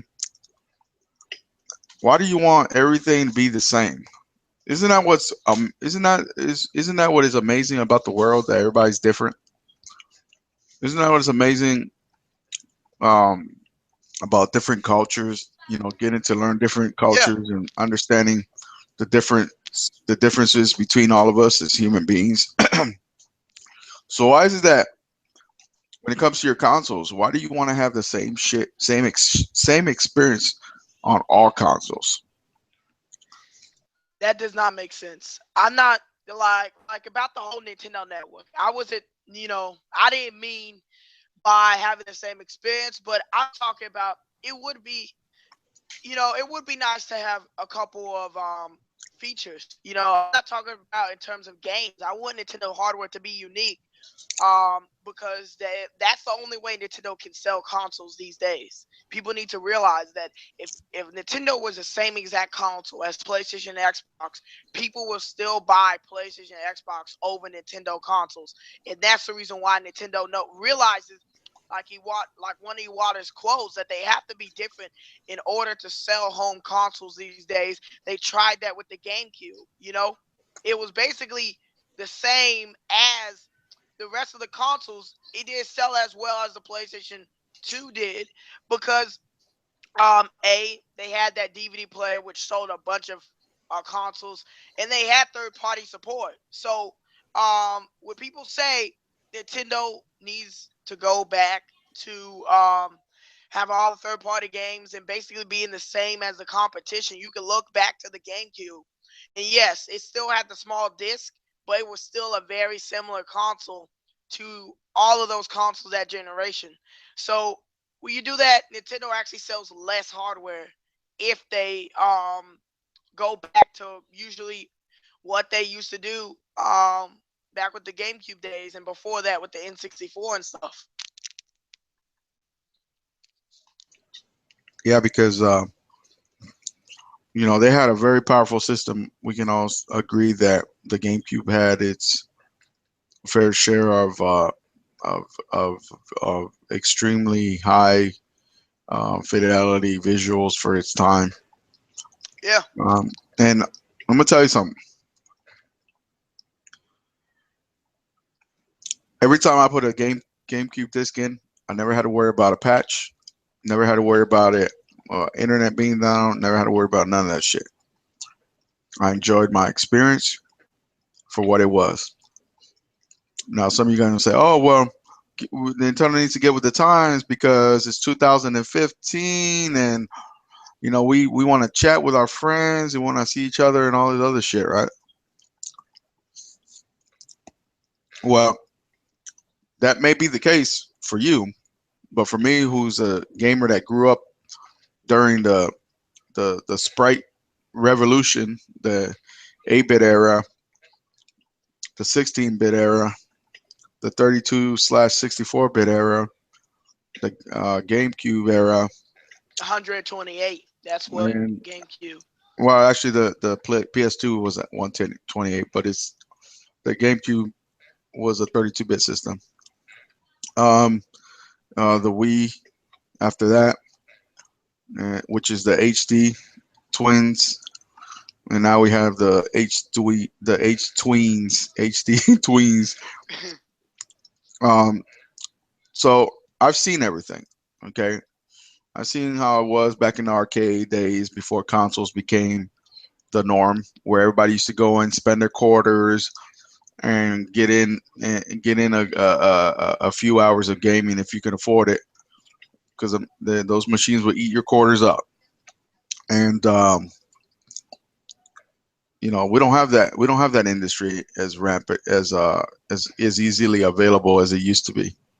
And I find that, to be honest with you, I find it a terrible um, uh, uh, decision among the industry to abandon the arcade, because I'm gonna tell you something. Sometimes people want to get out of their home and go to a place like that, where you can get something to Yeah. eat, interact with other people, and I still believe if you go to Korea, South Korea, if you go to Japan, the arcade business is still around. Okay, Yeah, it is. so Um, you're gonna tell me even that in 2015, just because we're in America doesn't mean we can't get something. I mean, come on now. I go to Chuck E. Cheese. hey, I take my kid. I took my yeah, I kid. was about to say that. I I was took my about to kid say for that. yeah. She had her six she celebrated her 6th birthday, and then we also went over there to celebrate her classmate's 6th birthday several times.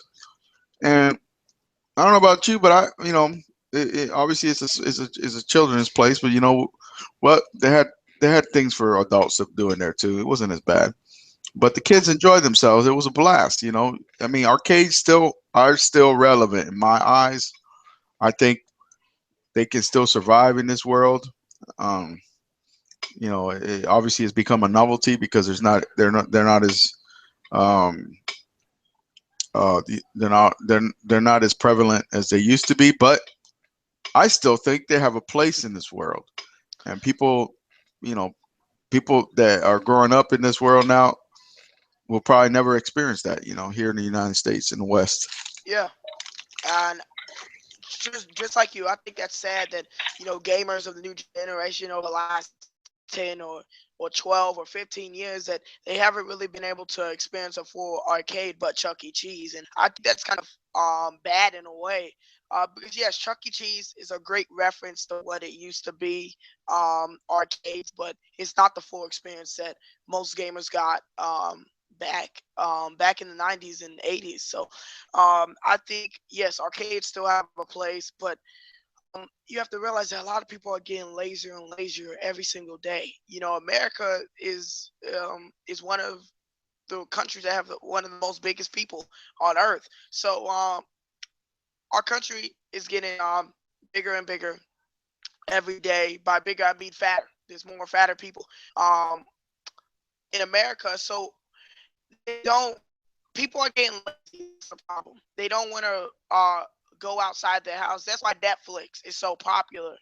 Um, Services like Blockbuster, people don't just want to go just a couple, just walk across the street just to go to a movie store. They want to sit on their couch all day and just order off their television. That's a problem. That yes, the human race, we can evolve, but at the same time we have to be active because that's what's going to keep us alive. If we're just you know sitting on technology all day, it's kind of a bad thing. And that's what's horrible with the digital age. Yes, in the 90s they had internet, but it wasn't as complex to full extent. Even in 2010, it wasn't even complex to what it is right now. So you can see how the internet has evolved in just 5 years. Just so many websites and so many brands promoting their stuff, advertising, the digital age that most people are just watching YouTube, which is no problem because YouTube is a great platform to watch and learn news from. But at the same time, you know, less and less people are watching the news on television every year. CNN's viewership is going down. Fox's viewership is going down. So almost every uh, people are cutting their cable subscriptions. So all in all, people are going for a cheaper and lazier option. So I'm not surprised why arcades died. People were like, well, we already have a game console at home. Why go outside the house? We don't want to spend any gas. We don't want to leave our house, so we might as well just stay in our house.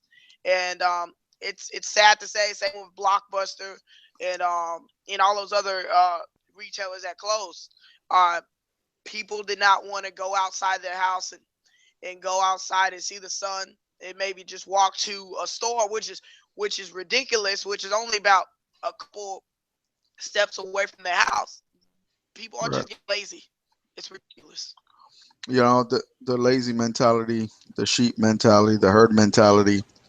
Um, there's a gamer that said it's okay for people to be sheep as long as your shepherd is leading you in the right direction. Um, I can't agree with that, but that person said that, and I'm pretty sure they regret saying that. But the fact is that you have to think independently. You have to think for yourself.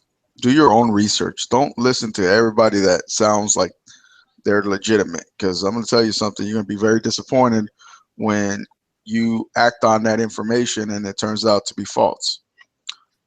So I call it the false prophets. Okay, there's a lot of false prophets out there that pretend to be amiable and considerate of you and want to help you and all this other shit, but they don't they don't give a fuck.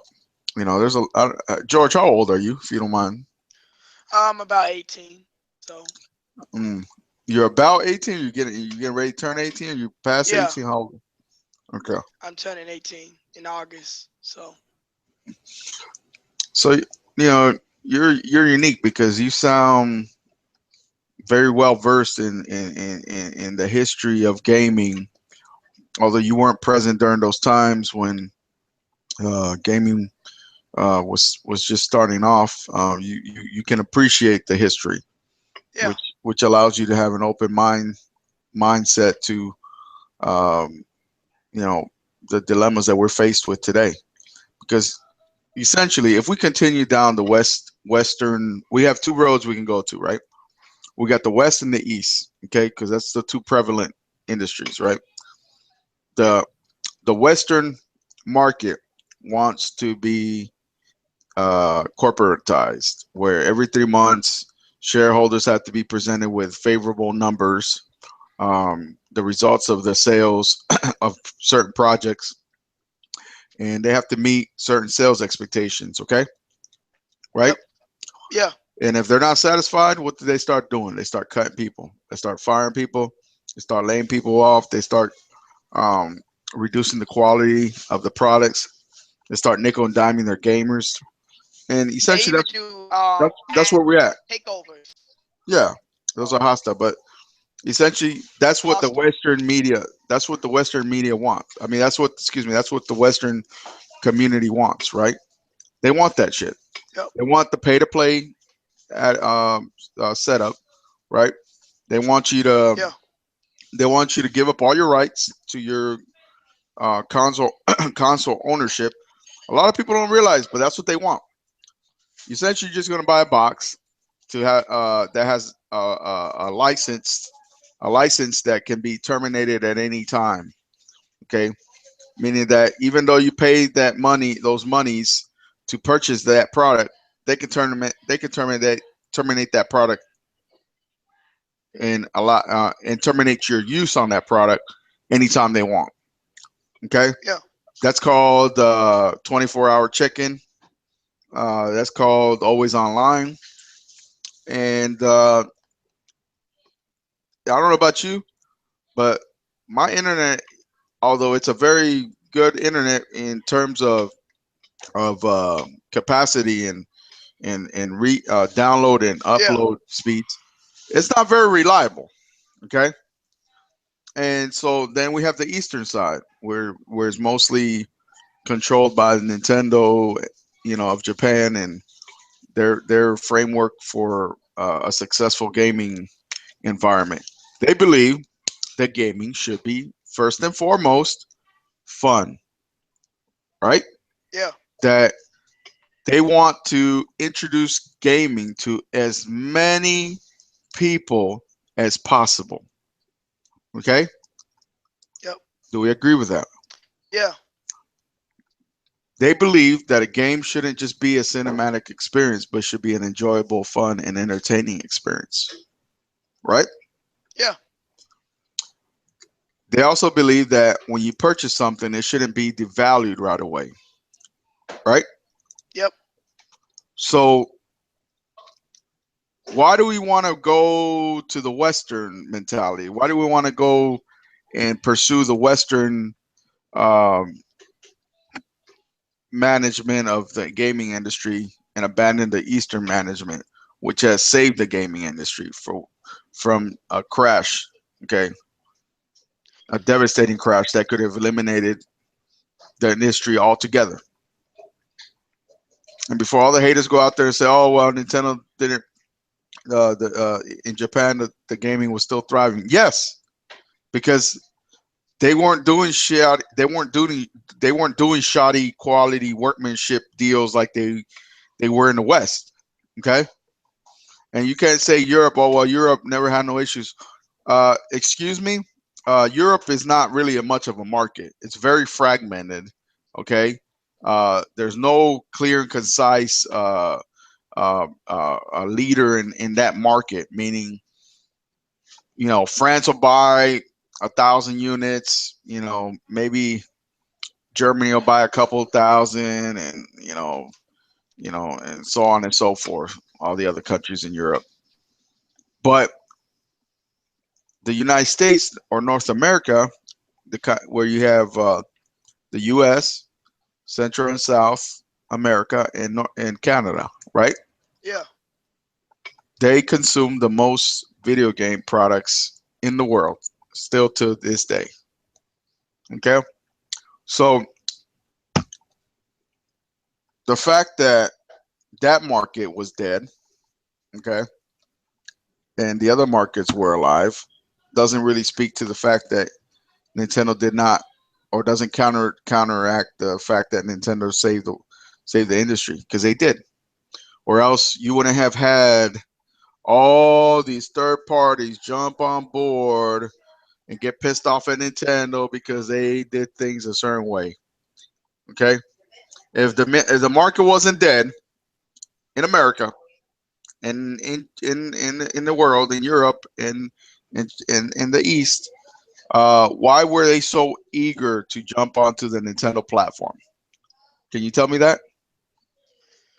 They were so eager Yeah. to jump on the Nintendo platform because they noticed, first of all, in Japan, I'm going to mention Japan real quick, that Nintendo and all the third-party developers over there, they were used to making quality.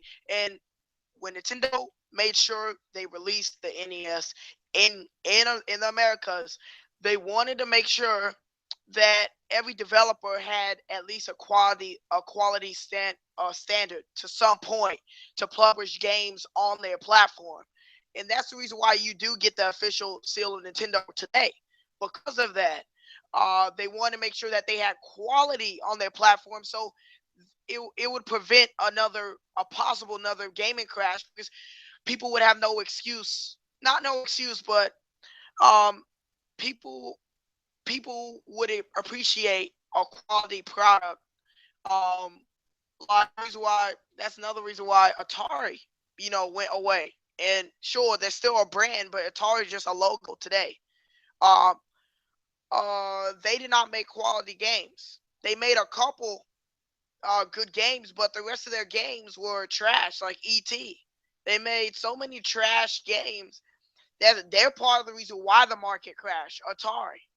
And I researched back then that Atari was one of the fastest growing companies in America around that time. Uh, but as soon as that whole gaming crash, they kind of fell off the face of earth, and Atari never um, were able to rebound from that. And ever since then, they just been a crappy third-party developer that just makes mobile games today. So Nintendo, they had a quality standard to some point. They wanted developers to make whatever games they want, but they wanted to have a quality stamp and make sure that these games were regulated in a way. This is why third party developers today don't like Nintendo's policies, because Nintendo is good on quality. Because that's actually part of the Japanese culture. If they make you pay for something, they want to give you the best product as possible. And that's what Nintendo tried to do with so many of their games. Some games like Star Fox Assault, you might not like it, but at the same time, it was still a great quality game. And it still showcased so many stuff that Nintendo had to offer. Um, so back to third parties. What they wanted, uh, that's why the whole 3DO with Trip Hopkins, the founder of EA, that's why they did the whole 3DO, because he wanted to give third party developers the power of the console George, business. Yeah, let's go back to that question I presented. yeah. Why, if Nintendo did not save the industry, Okay. why were third-party game makers from Japan, Yep. Europe, and North America so eager, also known as the West, so eager to jump onto the Nintendo platform to develop products on the Nintendo platform? Um, they Because saw. I'm gonna tell you something. All the haters out there, all the quack bonds out there, and all that. Their counter argument is, oh, well, the market was thriving in Europe and all this other shit. But we go back again. It's false, because the largest market in the world is North America market. So continue with that being said. Yeah. So they saw a vision by Yamauchi and the whole board, in my opinion, so far. Um, they saw a vision. At time, third-party developers were not as greedy as they are now. So they weren't thinking of all this money that they could be making. They No, were some just of them were. That's why they crashed in the West, because they were greedy. They didn't give a fuck of what kind of quality crap they put out on the market. Okay, it was just fucking bullshit that they would put out a piece of software that didn't fucking not work, and then you had all these um um um fucking slugs, bloodsuckers, okay, that yeah, develop consoles that they didn't give a fuck about.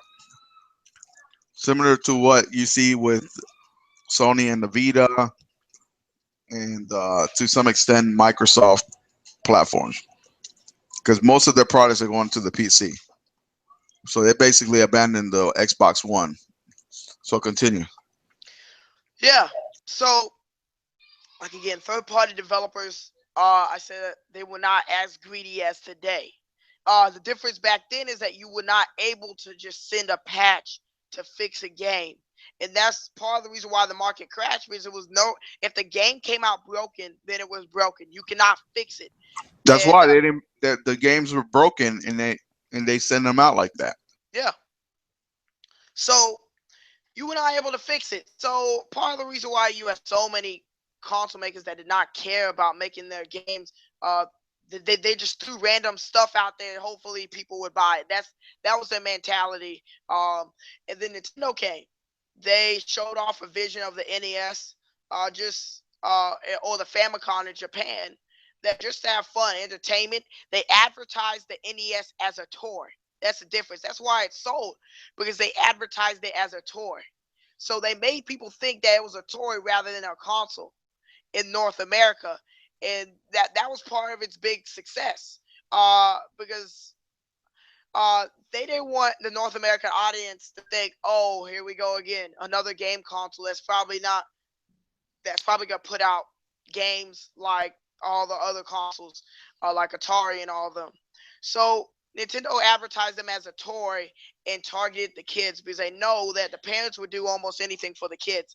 And third-party developers were on that because they saw a vision that this could actually be successful. You targeting the kids, which is a very successful market even today. Uh, they were able to target the kids by putting stuff like like the zapper and in the power glove and all that stuff that that that they all marketed towards kids to grab kids in to the console, and that's why those consoles sold. And third party developers like the idea of it, but also they had to listen to the policies to be regulated on Nintendo platforms, and that's part of the reason why they don't like um, Nintendo platforms today. That's part of the reason why EA still doesn't like Nintendo platforms today, because they always had some type of grip with Nintendo some way or another, and then that whole origin thing with the Wii U didn't help at all. So um, it's been a long road uh, from third parties, becoming what they are today, just greedy, just wanting DLC money. And EA just reported that they make $1 billion just off of DLC, which is kind of horrible to me, because that means that there's a lot of idiots buying season passes and DLC. It's just horrible how the gaming market is going today.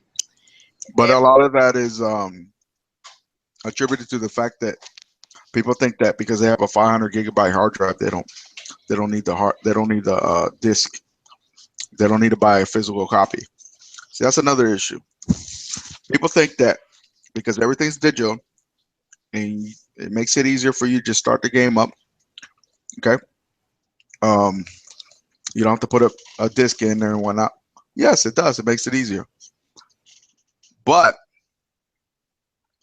you also open up the door to malicious market um, tactics and policies set by yeah, the third party companies, right?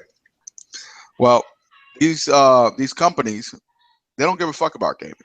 Okay, they rather you purchase their piece of shit software on as a digital copy, because you know why?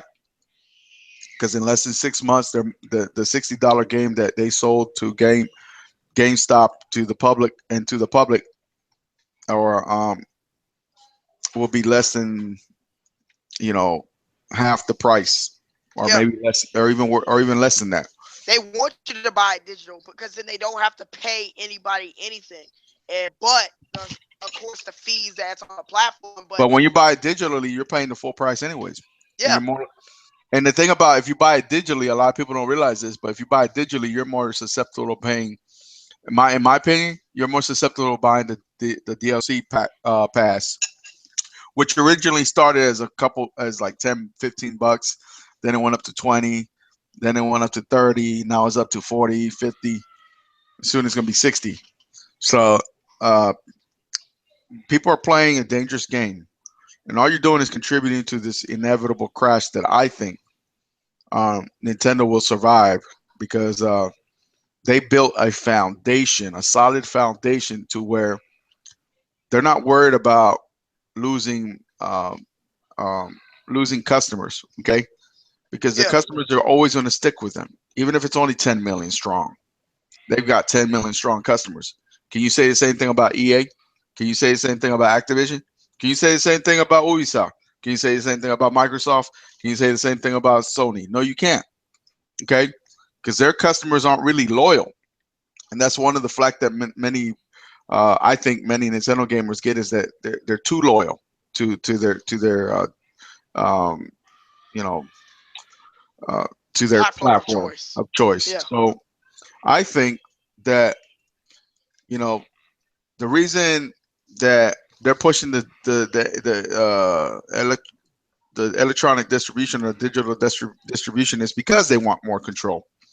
Okay, they want more control over you, and and if the platforms evolve to the point where the game is even stored on your hard drive and it's just streamed to your heart to your console, that's a dangerous proposition for you as a gamer because then you won't own shit.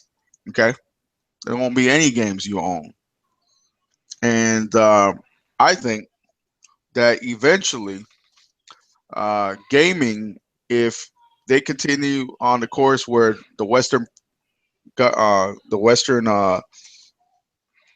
development community continues to um, control the revenue stream of the video game market, which is like what 15 or 17 billion dollars a year, Yeah. then there's gonna be a lot of people without a job. Okay, everybody's gonna be a temporary worker, and that's what they want. They don't want any tenureship. They don't want people to have any say in the business. They want everybody. They want all these developers and employees to be just temporary workers who are just happy to have a job. Okay, and the only company that has created a level of stable foundation to where their developers aren't worried about losing their job. As a matter of fact, they're constantly expanding. And back to that DLC crap. Um, don't you find it odd that with the Wii U you don't have to install any games? Yes, I do find that odd. And don't you find it odd that it only has between 8 gigabytes and 32 gigs of flash, but you don't have Yeah. to install any of the games? Yep. I know a lot of people were giving Nintendo flack. Like, really, you should have a 500 gigabyte hard drive. It's because Nintendo optimizes their hard drive to the So fullest don't you find extent. it weird? Don't you find it like a questionable practice that they give their consumers so-called a 500 gig hard drive or a terabyte now, and their consumers can't fit more than 10, not even 10 games on there? Yeah, because they advertise it as 500 gigabytes, but most of that stuff is used for the operating system, so it's really not 500 gigabytes. So let's say They they give really you get, let's say they give you 380, yeah, and you got to put, and you can only put 10 or less than, you can't even put 10 50 gigabyte games on there with patches, because you think about it, most of these games have like 10 or 15 gigabyte patches. So don't you see the manipulation there? Don't you see the control there? Don't you see yeah, the fundamental problem there, that you as a gamer, you're losing out on your control of your software, of your product that you purchase, of your of your property. yeah, But when you play Mario Kart 8, you just put the disc in and you start it up, right? yep, When you put Splatoon in, you put the disc in, you start it up. Same thing with all the games they released: Bayonetta 2, Wonderful 101, Smash, Smash, Super Mario 3, where you put all those games in and you start the games right up, right? yep, The only thing you don't have is what? Miiverse, yeah, if you don't have the internet, right? yep. But with those other consoles, if you don't have the internet, you can't play the game, because most of It's those a games, brick. they're just blank disc with a serial key on it to allow you to play it. But you dumbass young gamers out there, even and even to some extent, you older fucking dumbass gamers, um, are so fucking stupid, brainwashed, sheep, and you have that sheep herd mentality that you don't see this bullshit. Okay, how are you gonna fucking tell me that the console is so fucking weak that all I have to do is put the fucking disc in there and it starts playing, and I don't have to download a 20 gigabyte patch or 10 gigabyte patch or a 5 gigabyte patch, and the fucking game starts running? Yeah. But Uh, these other consoles, even with the 360 and the PS3, you needed a hard drive, a 500 gigabyte hard drive. It started off what 20 with the 360, and ended up going all the way up to 512. So what was the fundamental difference between when it first started at 20 gigabytes and 512? You know what the difference was? That Microsoft actually had a restriction on download sizes. Okay, they didn't want people to be downloading these big ass files. But then as time went on and the third parties began to finally control their business, yeah. Microsoft's hardware business, um, they began to dictate to Microsoft and Sony that uh, you're going to put a bigger ass hard drive in there because we need it if you want these games. Okay, Yeah. that's what happened. Okay, but you gamers out there that you call yourself gamers don't see this bullshit, and you let yourself be manipulated, and you don't fucking see the crap for what it is. Because I'm gonna tell you something: a bag full of crap is still a bag full of crap. It doesn't matter if you add flavor to it, if you add whipped cream to it, it's still crap. Okay, so people need to wake up and start seeing the truth for what it is, because right now we are at a crossroads. Okay, with gaming, either if Nintendo, let's say Nintendo doesn't have a plan for the future, we're fucked because they're our last hope. Okay, they're our fucking last hope. I don't trust any other fucking third party Western studio. I don't even trust the. I don't even trust the big Japanese publishing companies because Like they're all Square what. Enix. Yeah, they're all westernized. They're all drinking the Western Kool-Aid. They're all drinking that corporatization. They're all into that bullshit. Okay, and you know it's disappointing to say because I am a business major, you know, but and I also work in a big industry, but it's sad, you know, it's sad to say because gaming was never like this. You never had to worry about this when Nintendo came into town, okay, and they controlled the market, okay. It wasn't until Sony came in and offered a free ride, pretty much, or a cheap admission, okay, that third parties jumped off ship It, and yeah. got into a profitable venture, which now isn't profitable for them. Another thing that I want to say, who I think is smart, I think Buddy Games, how they brought the THQ assets, I think they're smart. I think they're waiting for everybody else to fall so they can acquire all these IPs. So I think Nordic Games is being very smart because they're a bunch of investors just behind the and I think they're very smart. They're waiting for um some other big third party developer like Capcom and Konami making horrible decisions to fall and acquire all those assets and IPs. That's why I think Nordic Games is waiting for. That's another notable mention of them playing it smart, kind of like Nintendo. Yeah, but Nordic Games isn't a, how do you say, a Wealthy? no, they're not a genuine uh, video game publisher.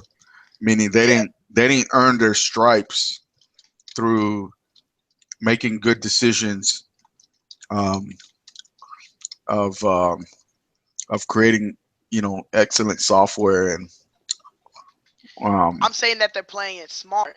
They acquired Red Faction, they acquired Darksiders, they acquired MX versus ATV. So I those are some. understand. I'm gonna tell you something. They were founded in 1993. Okay, Yeah. all right. Um, they they used to buy and sell and trade secondhand comics. Okay, mail order retailer for secondhand software and cartridges. Okay, basically they were like a GameStop, pretty much, right? Yeah. A mail order GameStop, pretty much like FuncoLand used to be, where we used to get Game Pro magazines, but you weren't alive back then, so you didn't see all that shit. Um, But we back then there was magazines that when you used to purchase like video game magazines, they used to have like little listings in there where you can order games that were like very rare because obviously games cartridges is very expensive back then. They were you're talking about 75, $80 easy. You know, Yeah.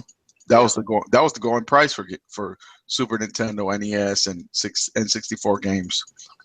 And so, um, yeah, they bought Atari, they bought THQ, they bought Dreamcatcher Interactive, Joe Wood Entertainment, all that. Okay, so they're just collecting IPs right now, Yeah.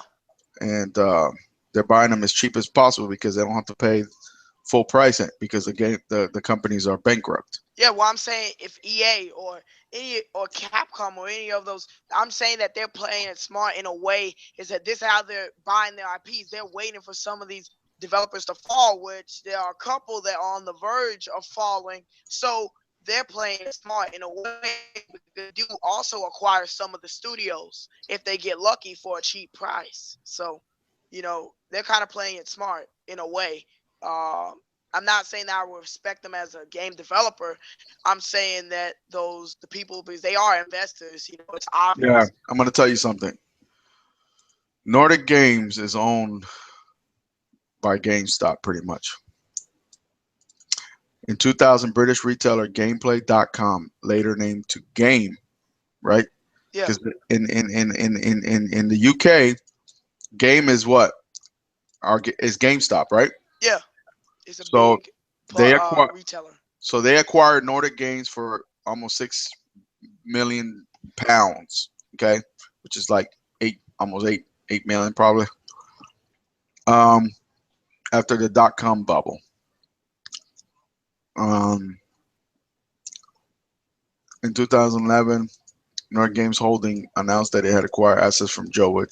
So essentially, Nordic Games is the GameStop's publishing arm, essentially. Yeah, So you want GameStop to control? I mean, think about it. Think about it now in that aspect. They're not telling us that they're directly GameStop, but they're part of a GameStop umbrella, in sort of a way, and in a fucked up way actually. I call them the buzzards of the video game industry because they come and eat up all the dead remains of video game companies that have withered and died through their bad mistakes, poor mistakes, whatever you want to call it. But that's not good because you don't want companies like that owning the video game industry because they don't have nothing. They don't have anything of value to the video game industry that they've created. Is what I'm trying to say. They haven't created anything. All they've done is just been sitting perching playing the waiting game. yeah, perching out from the top of a building, waiting for somebody to fall. I mean, you can't respect something like that. Fuck them people. I'm not saying I respect them. I'm saying that I'm not like buying that Mighty Number Nine. And now that I know that they're publishing Bloodstain, I'm not buying that either. that if you look at it as a business standpoint, that it kind of does make sense in a way. In a way, if like say if they would have brought Darksiders and Red Faction, of course they're not gonna do anything to it until they get a huge stack of IPs. That's why you haven't heard anything about those games because they only have one studio, which is very small. I know that's what I'm saying is this. Nordic Games is just a money man. Yeah, Okay, they're not developers. They're not creators. They're not innovators. They're just buzzers. They're vultures of the video game industry.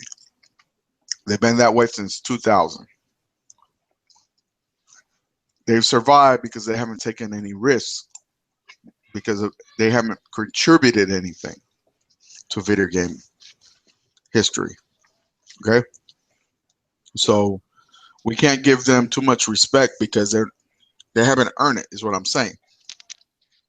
They haven't created anything. I'm not saying that they haven't used their IPs that they bought. I'm saying that they haven't created anything.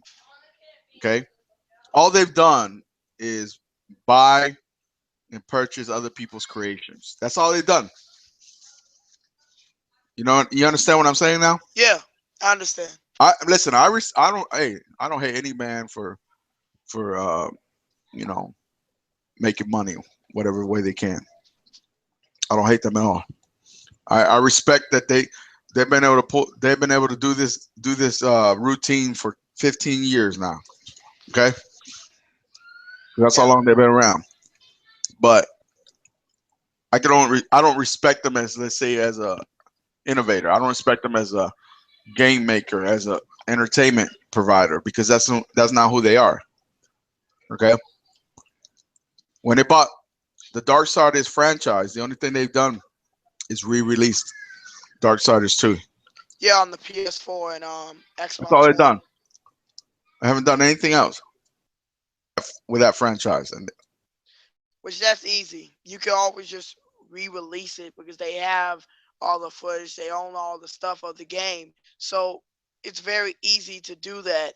And again, they have one studio, one small studio, so you can have just a team of 10 people just um, remaster a game and put better textures within a game. So that's kind of easy. So that's safe. And then they are release a MX versus ATV game, I believe, like a couple months ago, but that's about it. Which it was really just a re-release of the last one, so they haven't really did any much. And then they publish a lot of, I guess they publish some indie games too.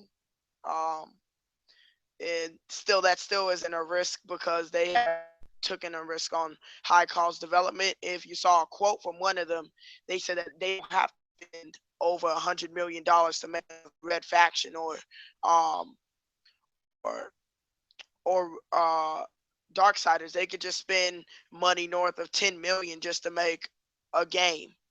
That's one of the quotes that I saw a couple months ago.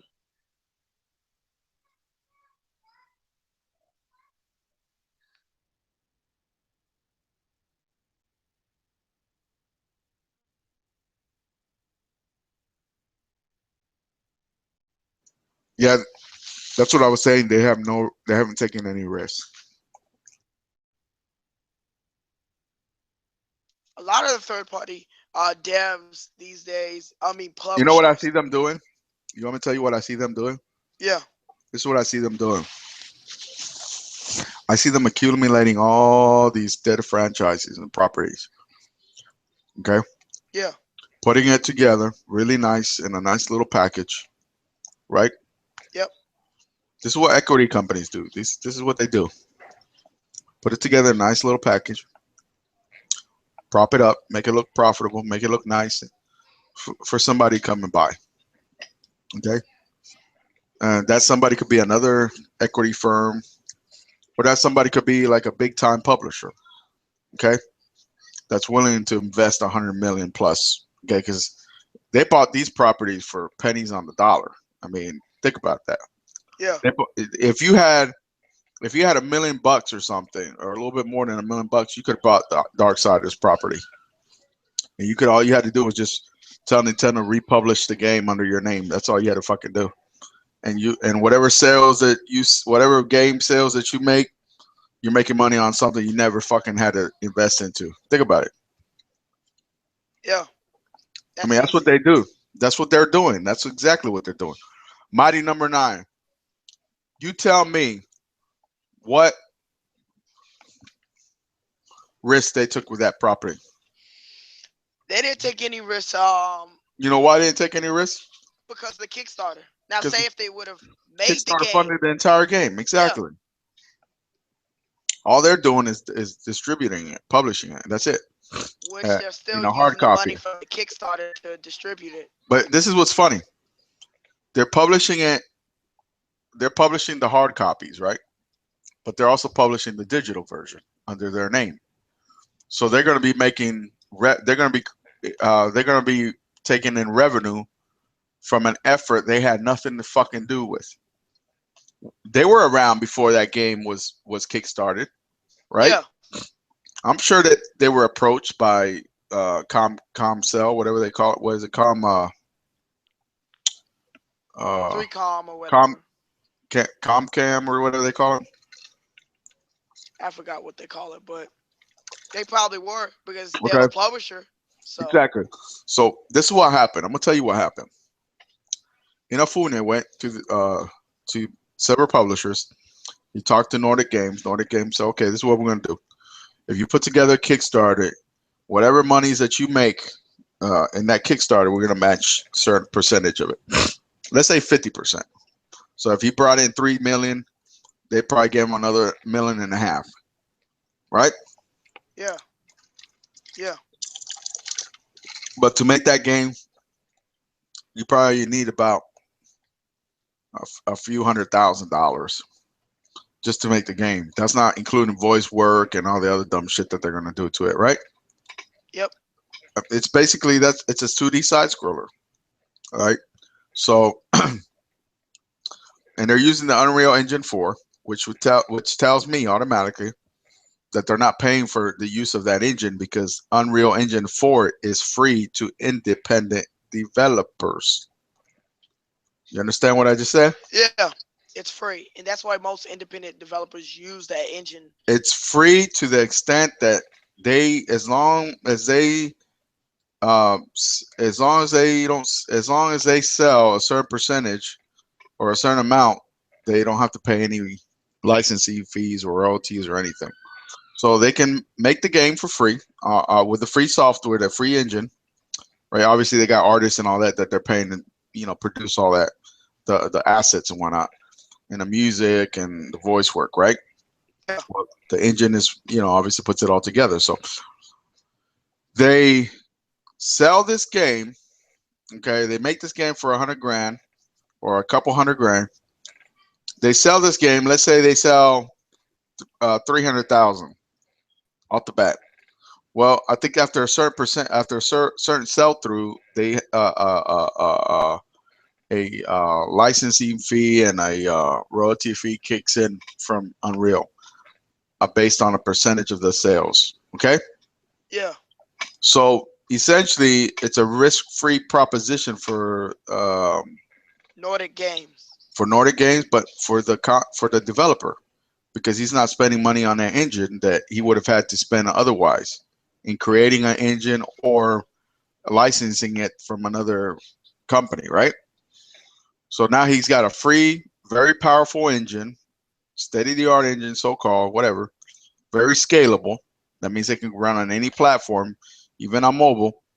And all he has to do is produce one version of the game and scale it down to all the platforms in the simplest, explanation. So he didn't pay for the engine, right? He can produce his game without having to pay for engine use and all the other shit. He has the Nordic Games comes in. They didn't have to pay for all that. The only thing they're paying for is publishing, like the physical copies of the game, right? And they make money off the digital version as well as the hard physical version, right? Yep. This is Nordic Games. Now, you're gonna tell me that that's good for the industry. A company that comes in and swoops and picks up an IP that had nothing to do with, right? They're gonna Yeah. but they benefit from the investments of small micro investments of us as gamers. You think that's right? You think that's okay? No, That's it's not not. right. That's not okay. And I'm telling you, that's a bad trend that I'm seeing happen.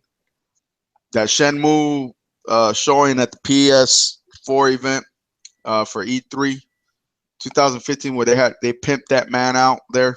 I mean, Yeah. basically, that's what what's his name did. They took that guy out there and pimped the hell out of him. Okay, to garner support, to essentially get the money needed to start the game, which I'm guessing is either going to be And then ask for more.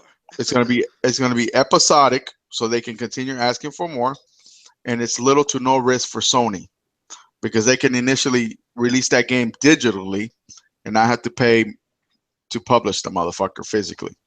That's the trend that is going on. That's why they're willing to give you a terabyte hard drive, and soon enough it'll be a 2 terabyte hard drive and shit like that. By the end of the generation, who knows? It might be like 4 or 8 gigabyte or 8 terabyte hard drive.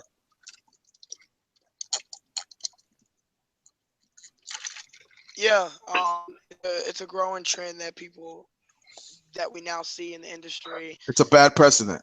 They're Yeah, they're setting us up for failure, and people don't see that shit. Nordic Games. I've been telling people Nordic Games is they're the buzzards of the fucking industry. They're the damn vultures. Look what a vulture does. They go and clean up all the fucking carcasses.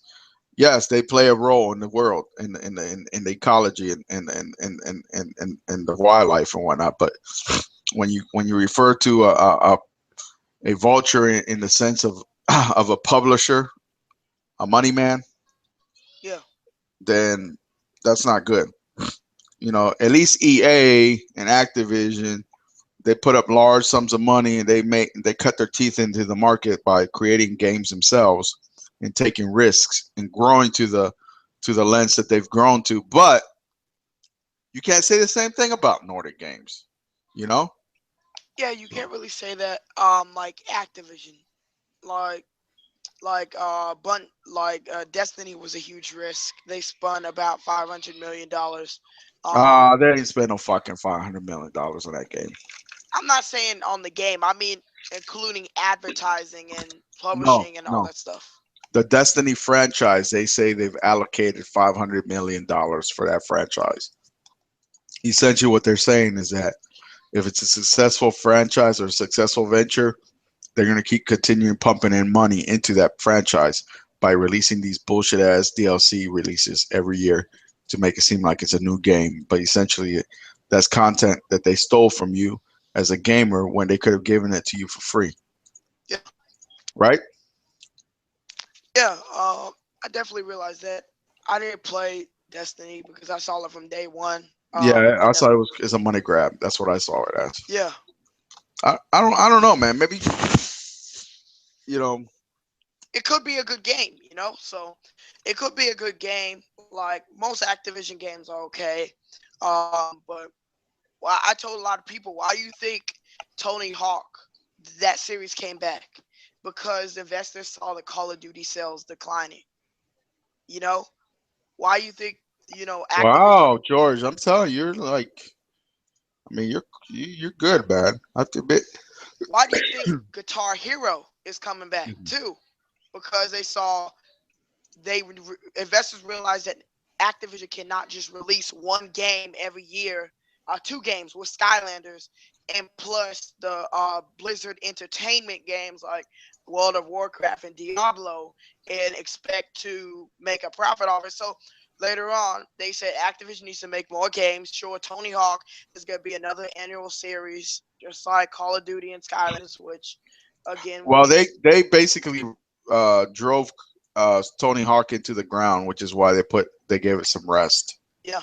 I mean, shit, man, that was Skate like after Skate ran it out the building when it first released in terms of sales and in terms of quality. When EA first released that Skate game, that game was pretty decent. It was better than that Tony Hawk game that released that year. So they ran Tony Hawk and Guitar Hero out of the building. Versus Rock Band, I give Rock Band and EA credit. At least it didn't release every year like Guitar Hero.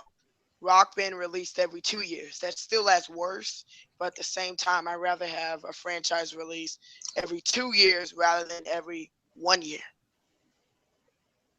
I think that it's dangerous to keep keep supporting these yearly releases the way people do. Um, there's too many other games out there to be playing instead of contributing to this poor practice. Okay, because it's the same shit that was happening back in the '70s and '80s, man, where you're flooding the market with a bunch of fucking crap. Yeah, It's congested. That's why they dropped the prices so quickly. You notice that? That's why GameStop is not. They have to drop these prices like they do because they yeah, in can't order they to can't sell afford it. them. They Yeah, you have can't to. afford to keep that shit on the shelf that long, because there's just something else is coming out every Tuesday or some shit somebody was saying. I mean, I don't pay attention to that shit. I just wait for games that I think are worth playing, quality experiences. It just so happens that Nintendo provides those on a consistent basis. They may not be as numerous as the third party offerings, but you got to consider the fact this is one company doing all this every year, supporting the DS, the 3DS platform, and the Wii U platform. So I mean, What the people need resources to are realize finite. is I'm gonna say something real quick. Hmm. Is that for Nintendo to be carrying the Wii U on its back, it's actually selling pretty well, just with first party games. You have to realize that a lot of consoles that only had first party games didn't even sell even close to the Wii U's numbers. Um, that's why I give Nintendo credit. They're basically carrying this console, and if you look at it in a standpoint of that that it has no third party, barely any third party games, Hmm. but Nintendo is carrying it. They can release only 5 games or 5 to 8 to 10 games a year, but the console still sells over 2 million every year. But you got to think about this too. You gotta do. You gotta take this into account. Nintendo's not just feeding the Wii U; they're feeding the 3DS platform as well. They're creating game experiences for the 3DS platforms, right? Yeah, So they're putting out more games, arguably, than anybody else can is doing, and you know, and they're taking care of two platforms. 3DS games don't take as long to make as a full throttle console experience, but you gotta look at that as well. You gotta consider that. You just can't, you know, um, yeah. I never suggest. leave out the 3DS. Just Yeah, like you can't say. Listen, the 3DS is a valuable fucking product. I mean, arguably, I could say that um, I have some of the better experiences on my 3DS at times. Because you can't get the games that you get on the 3DS, uh, Nintendo wise, that you get on the console, and vice versa, right? That's what makes Nintendo's offering so unique, because they provide separate but distinct yeah, experiences to each of their platforms, and they do it by themselves with their teams, with a company, with the first, second, and well, yeah, first, second, and some third partners, parties. So um, it's cool. I mean, I'm fine. Like I always tell people, if you're a Nintendo fan, you have more than enough games to play, because if you consider that the 3DS is not a very expensive platform to get and Virtual into. Console. You You have got to the remember Virtual that. Console and you got the Wii U. So, and Wii U is backwards compatible with the Wii. So you got so many fucking types of games to play. You can't fucking tell me that there's nothing to play. I don't want to hear that shit. That just tells me that you're not a real gamer. Okay, you're not a real gamer if you're consistently bitching about the fact that there's no fucking games on the Wii U. Okay, because a real gamer will find something to play on whatever platform he needs to find it on. And it just so happens that if you're a Wii U owner and a 3DS owner, you're blessed because you get the best of both worlds, right? Yeah, I totally think that if you have the 3DS and the Wii U, you get basically arguably the best of both worlds. The best of both worlds because you get great first party, second party content, especially second party content. They make sure that stuff is quality first and second party. I really do give them props for their second party partnerships with Platinum and Ikeda and the creator of Ninja Gaiden, with Devil's Third. I give them props for that stuff. And then Capcom and Monster Hunter. That's part of the reason why Capcom is still surviving because Monster Hunter is still a huge seller in North America, Europe, and Japan. So that's one of Capcom's huge franchises that is keeping them afloat right now. besides the remakes and the Street Fighter 50, all these additions of Street Fighter 4, those couple of venues are the only thing that's keeping Capcom alive, and most of them are because of Nintendo, with Monster Hunter and so many other franchises that they make on Nintendo hardware. And also, with the 3DS, the 3DS gets a lot of third-party games. So it's not like Nintendo's third-party relationships is completely horrible, because they do get a bunch of third-party games. So I do recognize that, and I do recognize when Nintendo, I do appreciate when they do go out and get those second-party partnerships. It's highly important to almost everybody that plays the console and loves to play their games to have additional content, additional games, along with those great first-party games that they get on Nintendo consoles.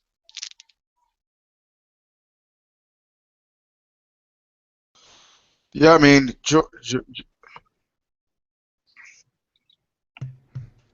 I still see you guys going strong, man. What the hell? what is up there, Flagger? Not much, man. Just came my ass off of freaking 19 hours of work, so I'm tired as hell. But Holy smokes, 19 hours? well, yeah, 19 dude. hours is a lot. Dang. Damn, dude, you didn't get any sleep? Well, again, running a company and having a 9 to 5 is not easy, dude. Oh shit, man. And like I said, I did my company stuff at 11 o'clock last night, then head out to my regular job at 7, and got back home about just maybe a couple minutes ago. I saw when you put on a video call, but I wasn't there. Yeah, you gotta keep up I gotta keep up my lifestyle. I'm messing with y'all, but I mean, I've seen when you guys did a video call at 6 o'clock. I'm like, well, I was at work, so like, well, I can't do nothing at work. But I see you had Double M and all the stuff on there, man. So, and basically, hopefully, I should be getting up my tribute videos as well. Hopefully for tomorrow. So, but what are you guys talking about, man? Like I said, I just jumped in. I ain't really know what y'all was talking about. We would kind of talk about, it went from third parties.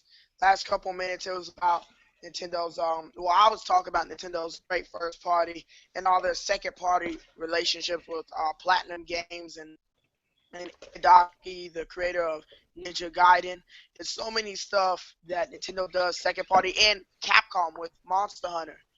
So Nintendo has a lot of great second party relationships, and they have a lot of third party relationships with the 3DS. So I was a little bit dabbling into that, and that's about it. Okay. Well, I mean, like I said, I've seen everybody doing their tribute videos, and I have much respect. It is good to see a lot of people come together. Even some people I know that normally argue about certain stuff come together, at least respect what's going on with this week being what it is. So that's good. Yeah. Can't argue with that. For the most part, it's good to see everybody coming over for, a tragic event in gaming in general. It was good to see PlayStation and Phil Spencer and all those people tweet out, showing their support for Nintendo, and that shows that there really isn't no console war. It shows that we're all just gamers at the end of the day, and I really appreciate all those tweets. Well, I mean, I appreciate it, but I didn't expect nothing different. Like I said, when I'm at PlayStation and everything like that, I see these guys. I mean, they have respect for each other. I know. And it's just the gamers don't see. It's just the gamers don't see what's going on. They just tied up into their into purchases and their plastic that fair piece of plastic. I mean, again, I don't care. I like what's going on, and like I said, I don't care what, as me and you when we did our random talk last time. I don't care what you buy, as long as you're having fun with your system that you bought. That's it. Yep. long as you have fun with your sister and what we could put out, we could point out some issues. Yeah, we can hear you now, Poppy. I don't know what the hell happened, man. That's Yeah, I mean, we could put out issues and everything because right. again, there's nothing perfect out there. But I mean, like I said, it's cool to see people getting somber, and being not like I said, I'm because of the Good Shepherd. I change up my tribute a little bit because I didn't want it to be sad or nothing too much because like I said, everybody don't express what they gotta say. Yeah. So my tribute is like a 3-part tribute. And it'll be and all together. Yeah, I saw your post on Google Plus about I remember the first part, the second part, and the third part. Seems pretty good ideas, and it's like with my video, like I took a clip, I used a clip of Iwata at 2005 or 2004 conference. He was like, in my heart, I'm a gamer. That was a very inspirational speech. That GDC. Yeah. Yeah.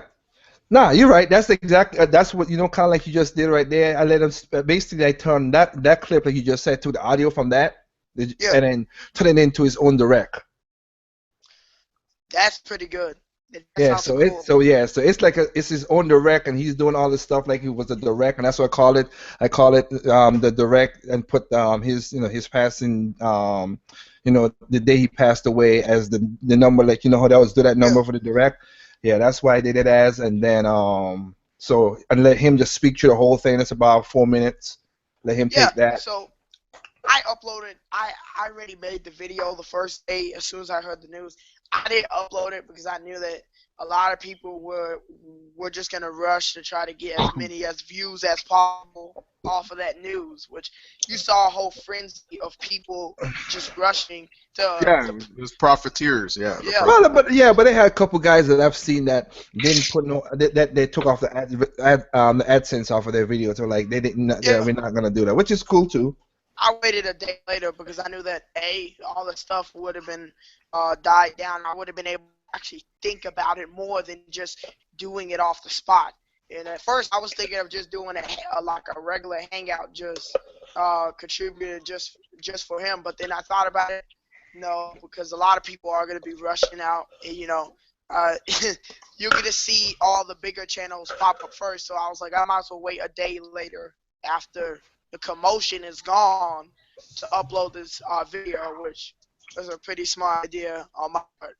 On your side, yeah, like I said, I've seen everybody's video, and I got nothing. I shared all your guys' videos. Yeah, I did a 2-hour shout out yesterday. Yeah, I saw that. I showed that too. Because I listened to that stuff when I was at work. Man, can you believe I had some guys in there like trying to troll me and shit? I mean, that's like the first time I've ever been trolled like that. Like, I mean, it had to be during that time, It's like some asshole guys talking about, oh, you guys treat this man like he's a god, this and that bullshit. And I'm thinking to myself, that man did more in one day for this world than you're ever gonna do in your life. Well, like I said, like I was telling George right there, I mean, I'm doing mine in a 3-part thing, and the first part is gonna be the first part is basically because my recorder was on. I had it on by accident. I have my the first part gonna be like a little bit, maybe about 25 something minutes because I gotta finish that. That's gonna be the one with the longest editing though, and hopefully I can process it tonight while I'm sleeping, and then it goes up to the rest 3. But that one is me talking, celebrating his life, and talking about the legacy. Because I see a lot of people talk about the whole balloon thing and everything, but I don't think nobody hit the stuff that I'm gonna talk about. I watch a lot of videos. Well, the thing about you and when you compare it to folks like myself and others, is that you have a unique situation where you have key data that we wouldn't even be privy to, So I can respect that. Yeah, I understand. I'm just gonna. That's what you basically. You basically pimping it right now. You can pimp it. I'm pimping it. Nah, but like I mean, my point. I can see Liger walking with a limp. But I'm gonna talk about the legacy and basically the only person who come closer, of course, is Michael, for who's Double M. He knows about Yamauchi's plan, but I'm gonna break it down in that regard, the legacy of it, and then What do you think about that? I mean, what do you think now that Mr. Iwata is gone, and then say they got the hardware genius and then the software genius together running the show? Yeah, I mean, Don't you think that was planned? That wasn't just like off the cuff. I don't think that was off the cuff. well, like I said, Yamamuchi's plan was not. No, what happened was, and I'm kind of spoiler alert right here for my video that's gonna go No, up. no. And before you go there, Lagger, I want to say something. Yeah. I have to give credit where credit's due. George, a young man right here accompanying us, he Yeah. brought up something that I never even freaking thought about, but it Right. would make sense. You know, Bill Trinen has been with the company almost 20 years. He's in his 40s, probably, like late 40s, probably. So Yeah, I spoke to him Saturday.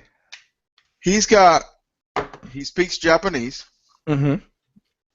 He's a loyal Nintendo, member. Mm-hmm. He's as loyal as they come. Yeah. He knows Miyamoto probably better than anybody. Well, yeah, he's Miyamoto's translator. Yes. He was, but he's obviously probably not as much as he used to. But No, he still is. He's still Miyamoto's okay. main translator. So that, I mean, he's the living legend. He was the living legend translating for the man. Mm-hmm. Wouldn't he be like an ideal successor? I mean, I would rather have him than Reggie because I trust Trinen. I trust Bill. I see Bill has that killer sense about him. He's got that killer instinct about him. And he's a smart guy. He's an economics guy. He's a finance guy. He's a business guy. But he's got the experience with the games because he used to. Bill won't take it. And like I said, I talked to him Saturday before all this news popped out. Like, I was supposed to go to an event to Nintendo in September. So You talked to Bill Trinen? yeah, Wow, man. that's why I said it's just like I said. If you listen to the endcast I was talking about, I was like talking to him and feeling okay. We're gonna get this event going. We're gonna blah blah blah. And the next step's like whoa, and it was like hot and cold, man. It was like it was like weird. It's like wow. It was like on high that I get to talk to him and talk about. He was supposed to go to Evo and he was trying to get stuff for Smash to promote Smash Brothers, both Melee and stuff, and be a part of it, kind of like how be a next face of Nintendo, which he is, to show them. I think everybody would agree. He's actually if you were to tell me that it's either Bill or Reggie, I'd say Bill. Yeah, I understand that, but Japanese culture. That's important. I understand that, but the board, what I said in my endcast is what I said right now. The board won't hire a Westerner. I said if they were to hire. Oh yeah. If they want to, but they're not going to. No, because he speaks Japanese, so he can talk to them. Yeah, but the board itself not gonna hire a thing. They're not gonna hire because remember. Hey, that's Nintendo's way. They do shit that nobody ever fucking thinks they're gonna do. Well, no. It's the reason I'm saying that because remember, Nintendo was a family-owned business until Yamauchi passed it on to Iwata. So you're saying that they could essentially go back to the family? No, they won't go to the family because what? Okay, let me break it down easy this way. Yamamuchi, he saw something in, that's what I said. That's what's gonna be in my video. He saw something in Iwata, and that's why he chose them. Now, the difference between Iwata and Yamamuchi was because Yamamuchi still had maximum shares so he could choose Iwata when he chose them. But now nobody has maximum shares because the company is still owned by itself. So the board just have to vote somebody in, and they're not gonna vote a Westerner. They're not gonna do that.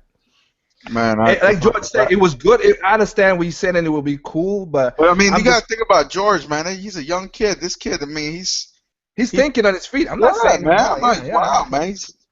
Shit. Where you go, George? But like I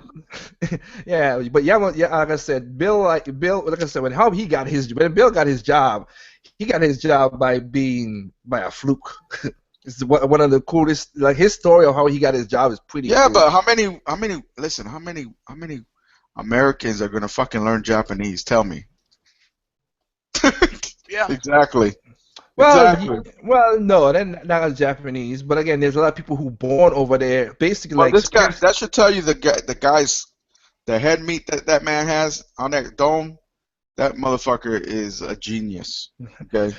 Yeah, 'cause like I said, he went over to Japan. He went over to Japan, learned something. He came back over to America, and he was supposed to be a temp job.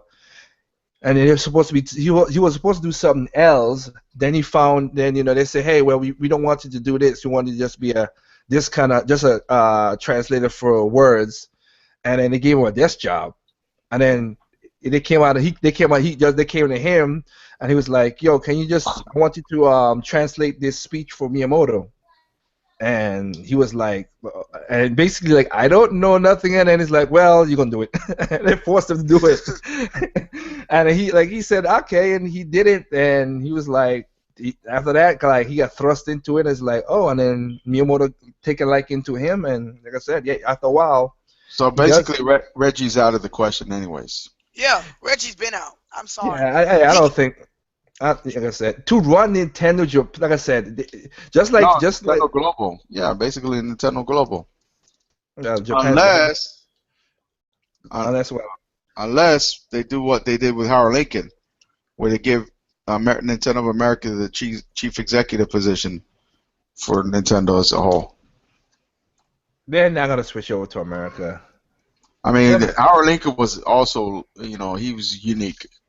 He was unique, but he was pent up. He was close to the fans. He was not a he's not like Reggie. He's not Reggie, yeah. Reggie and Iwata. Reggie would do a flop dive into the pool and shit for his fans. Yeah.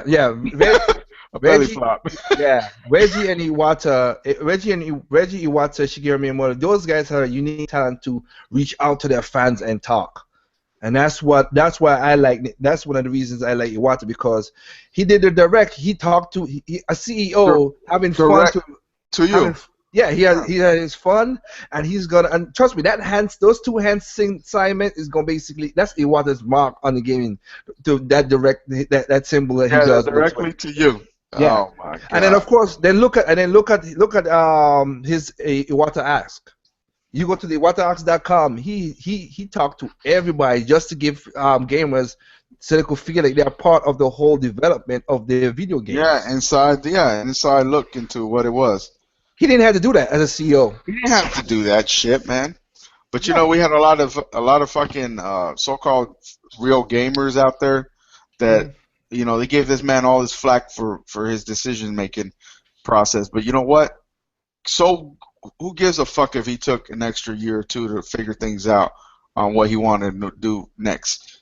Because he considered the entire health of the company before he made certain decisions. Well, he like I said, he didn't like to fire people. He's not like the Western he's not like Western CEOs that are so quick to pull the trigger on somebody. They don't think things through very carefully. Yeah.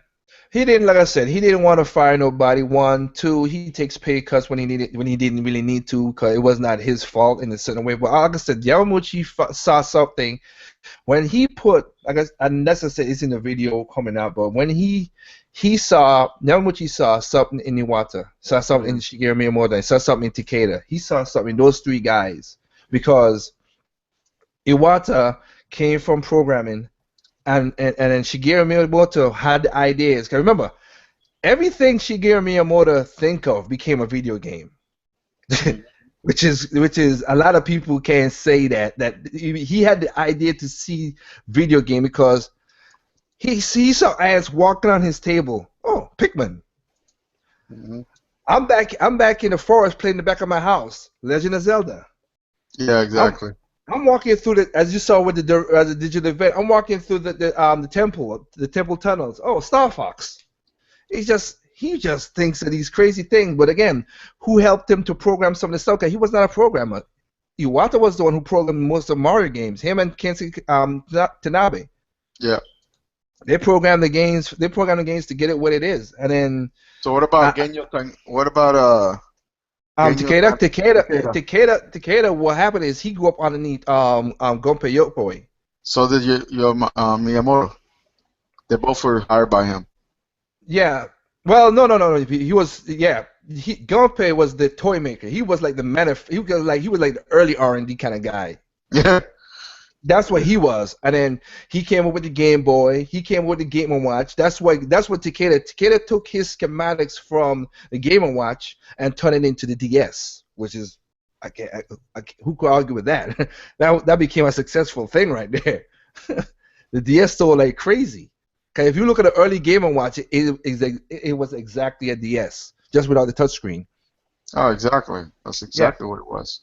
That's what it was, and he took that schematics from that and turned it into the DS. And then Iwata was like, "Oh, you know what? I like this. Let's push it forward." And he okayed it. So Takeda had, like I said, Yamauchi saw every one of those three guys had something in them. And like I said, I explained it out in the video. He saw something special in them to do certain things. Again, everybody knows about how Iwata, touched, did a thing for Melee and debug for Pokemon and stuff, but. Also, when Sakurai was working on the original Smash Brothers, and he came to Iwata, they worked on that game off the books. Before he became CEO and president of the U.S. Sakurai came up, told Iwata about this stuff, about this game, which was all the 100-man polygons in Smash. Yeah. That was the original Smash, and then like I said, him and Iwata worked on it. Sakurai and Iwata worked on it off the books. Didn't get paid for it. Nothing. Just did it on their leisure. And then Iwata went towards Yamauchi and said, "Hey, can we use the company mascots?" And like I said, he had earned trust by that time. That hey, he said, "Yeah, go ahead." And the next thing you know, you heard that song. Me and you, and we used to be, and he had a commercial, and from then on, the rest is history. Smash was born. Yeah, I know, man. He had those creative juices, but not just that. He was also a fucking genius businessman. I mean, he had everything, man. Well, like I said, Charisma. Oh, sorry. Go ahead. No, he had charisma, intellectual, appeal. Like he was able to, elicit his vision onto others to get things done, man. Well, here's one of the things. Like I said, basically, I'm telling you the whole thing on my video anyway right now. Yeah. He had one thing about Iwata that was cool and you see a lot of people. There are people out there who are brilliant, but intelligence and brilliance are discovered in different ways. Like me and you talk when we had the random talk where we talk about like ingenuity and everything like that. Like Yeah. What Iwata did was he kept simple thinking. He didn't overthink things. Mm. I mean, Kenji's like when you talk to Iwata, he's just like a warm guy. You think like this guy is in charge of a company that's worth more than $100 billion. I know. And he's just like talks like, "How you doing? Good morning. What's going on? Oh, don't do that. Don't worry about it." He was a regular guy. He didn't think of nothing, whatever. And when you present, he was bigger than the position essentially. yeah, but he never overthink none of his biggest decisions. Like when people think that all the stupid lies they were talking about. Oh, he apologized. Like he never apologized for none of that stuff. It was a mistranslation, of course, and people took it as that's why I said Reddit and NeoGAF and those things. I don't listen to none of those things no more. I turn off from those things because their translation is horrible. That's one thing about Japanese. I know there's so many ways to take the words literally in a different way that I don't. Yeah, when I see people say, "Oh, this is the first translation," I'm like, "Yeah, that's just like it's just like we talked about. Like just when you hear the news broke out about, oh, there's a shooting, then you hear all this stuff. Then 2 days later, that's not exactly what happened when it first broke out. Because people just can't wait. You just gotta translate every single thing, and it is what it is. But he just looked at things so simple and look at it and like, okay, we got to touch this, we're gonna do that. Let's keep the price what it is. Like everybody's, like I said, everybody's thinking about the whole price thing. About it's sad that it's gonna be that that room going to buy gonna be 150. I don't think it'll be 150, but if it is, it is. But he's gonna keep the price to a point where families could buy it. They're not gonna go up in the $400-500 range like PlayStation and They've Xbox. always been that way. You know, it's like I don't know why. Like when the Wii U came out at 350, you know, obviously That was the expensive console. Yes. it was expensive for for what they usually provide, but I understand why with all the tech that they put into it. You know, Well, and go ahead. and I'm sure that they wanted to make something off of it as soon as it got released, so that's why they put the price what it was. When they had to drop it 6 months later by $50, they hurt their bottom line like that. Yep. But the thing that killed me is like, I mean, because you think about it, gamers are so willing to pay $500, $499, $600 for a PS3, $499 for Microsoft 360 with the red rings of deaths, and you knew this shit had problems, as far as durability wise, and you still pay that much. Me, thing about me is like I can wait, and I'm gonna wait. I'm gonna wait till that shit's fixed because I'm not gonna spend money. I don't care if it's a couple $100, if it's $50. If it's not functional. Like I was telling you in my video about the Splatoon unboxing, where I got it twice because the first one was fucked up. Yeah. Well, I waited for the content to make sure that they were going to provide content on a continuous basis, and once I had that confirmed, because I wanted the game, I got it, and now I'm on level 20 right now, and I'm enjoying the hell out of it, Yeah, y'all don't pass me. Like I said, I can't keep up with none of y'all guys because of my schedule. I know, man. I mean, it's a fun, but you know what? A game's such a pick up and play game, man. If you got like 10 minutes, you can play like 2-3 matches quickly, and have a good time. Oh yeah. Don't get me wrong. Like I said, yeah. But again, with my schedule, that's if I could do that. I have a crazier schedule than you guys, man. Well, that's what I'm saying. You're blessing us with your presence today. Because I know you got. Cause like I said, I know you. Like I said, you're a father and a husband and all that stuff, and I'm nowhere close to that. But I'm killing myself and all this stuff. Like I was joking with you. I said, I got a wife, a daughter. I work all day. Mm-hmm. I got a job, girlfriend on the side. I hate you. Yeah. It's to me like I said, and then the one thing that killed me and like I said, I'm seeing going on as well. That it's gonna happen. Right now everybody's somber. Some people are being dicks as usual, and that's just human nature, as you said before.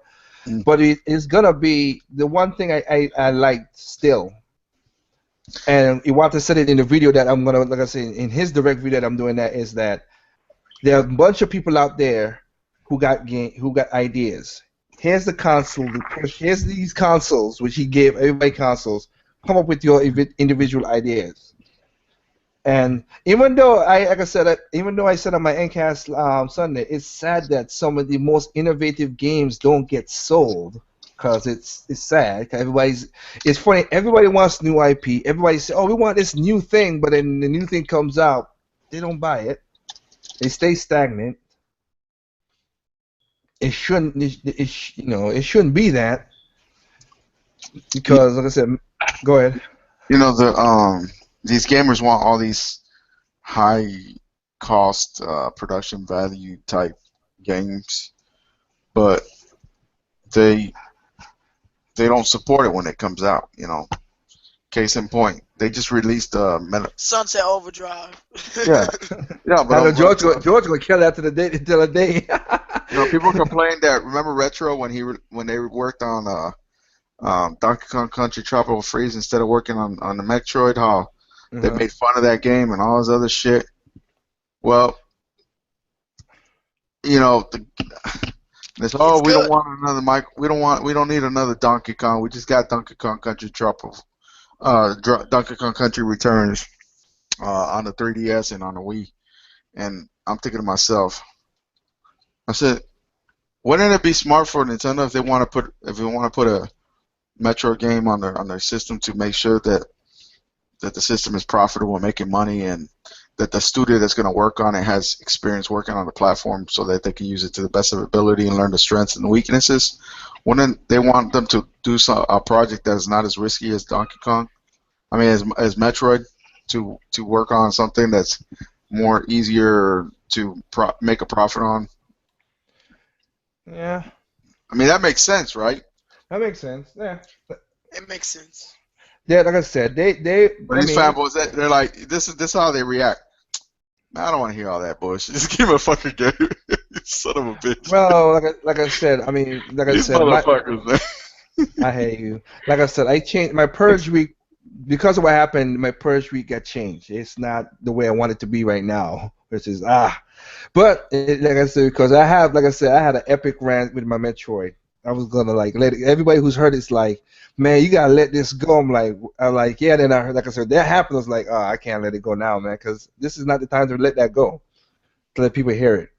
I want people just to relax and just reflect on what's going on in the gaming industry, whatever, and just But I think this can be an opportunity for Nintendo to expand even more now, because they got the empathy and the sympathy of many people in the world, and well, like because when Triforce Johnson was on my Endcast, I was like, when he said, yeah, stocks are gonna go up, I was like, hey, before, at the end of the Endcast, bam, it was like, shoot, stocks still went up, and that was like 12 o'clock at night. I'm like, holy crap! That's yeah, like, but they're wow. gonna be able to sell more now, especially in Japan. As far as Japan was been concerned with the Wii U, it's been like they're lower performing for what they expected. I'm pretty sure they thought they were going to be similar to what the North America sales were, so they'd be a little bit Xenoblade is better. going to be huge in Japan. Nah, the Wii U is selling great past. The Wii U sells past than the PlayStation 4 in Japan, so they ain't gotta worry about nothing. I know, but it's going to boost the hardware sales even more, and that's better because JRPGs, Well, RPGs are good in well, yeah, general. yeah.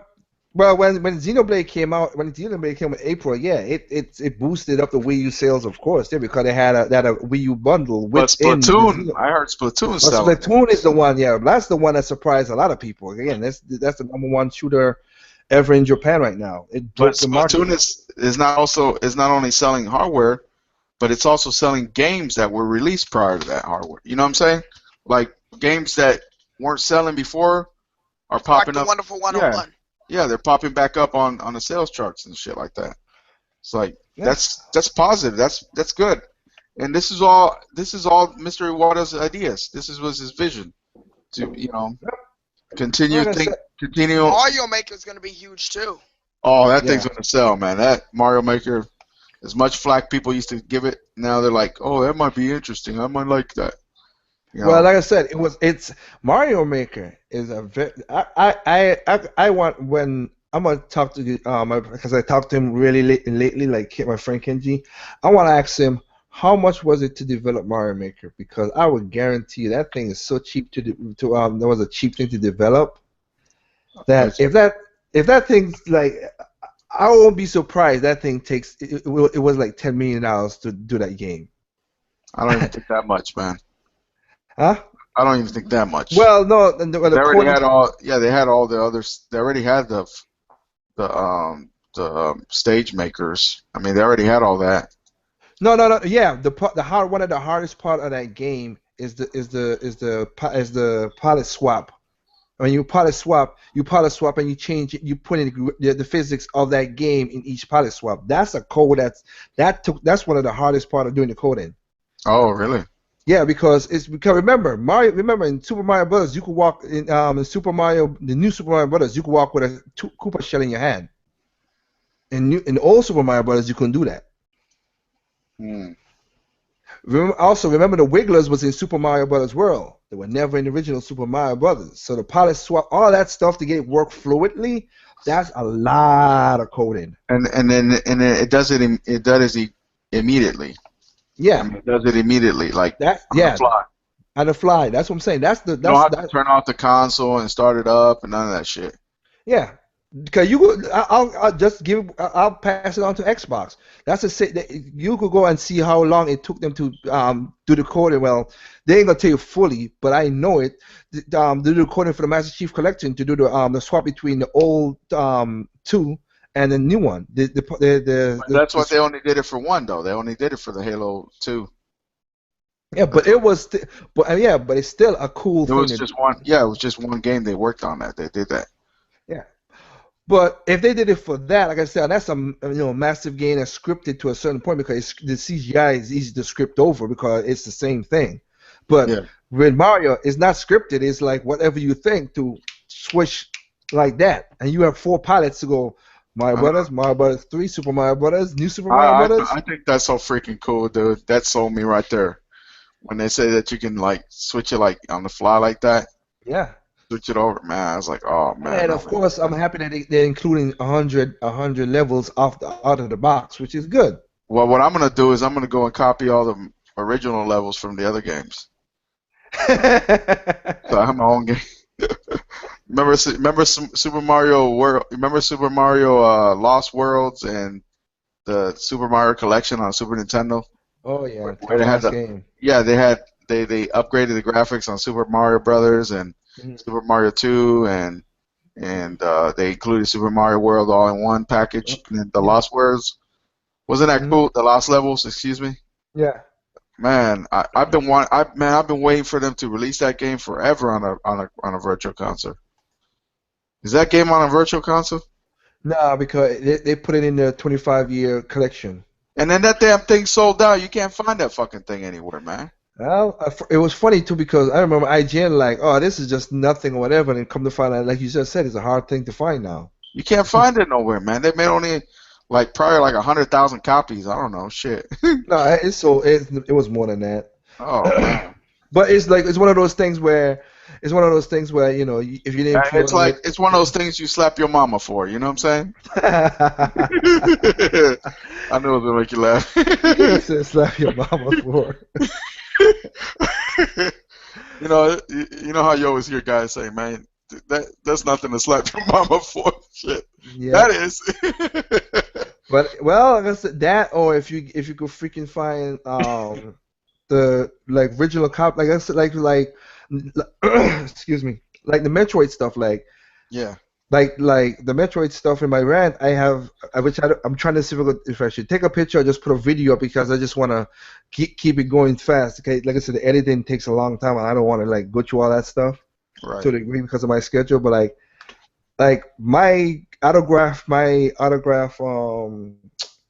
copy of Metroid Prime. I mean, that's a pretty penny.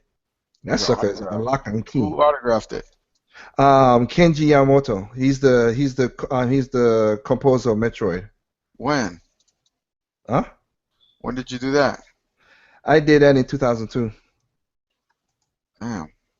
Yeah, that was just when Metroid came out. That's why. I mean, that's why you walk. That's why you got all that swagger about you, man.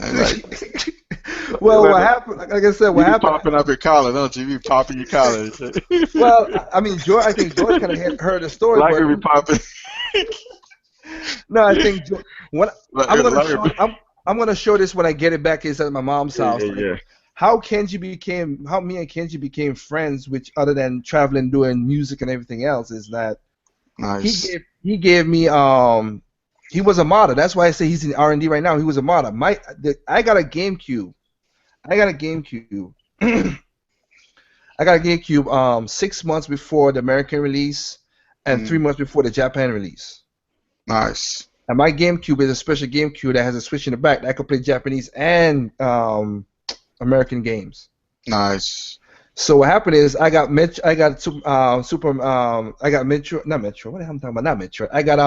Melee before a lot of people. I got a Japanese Melee, and I'm playing it. And like I said, from then on, me and him has been friends from then, man. Like I was like, oh man, thank you. And we talked, and he gave me a lot of hookup and stuff. And in 2002, when I got a chance to go over to Japan and meet up with him, whatever, I met Kenji, he's the composer. Like I said, the other Kenji, he made a composer. I'm like, oh man, I asked him, like I said, that's all in the video. I asked him, hey, can I use the Metroid theme? And Micah knows this because he knows the music I'm talking about. I asked him, can I use your theme to do a song or whatever? And he signed off on it. He released it that I could use it. I used it. I made a beat for a superstar over in America, on the American side. It's so crazy. I made money, and I was like, well, Liger Studios is up in business. Let's keep on going. Nice. So it's like like I said, I played, and then, like I said, I had when Metroid Prime came out, and I was like, I had low expectation. Like I said, I have a video about that.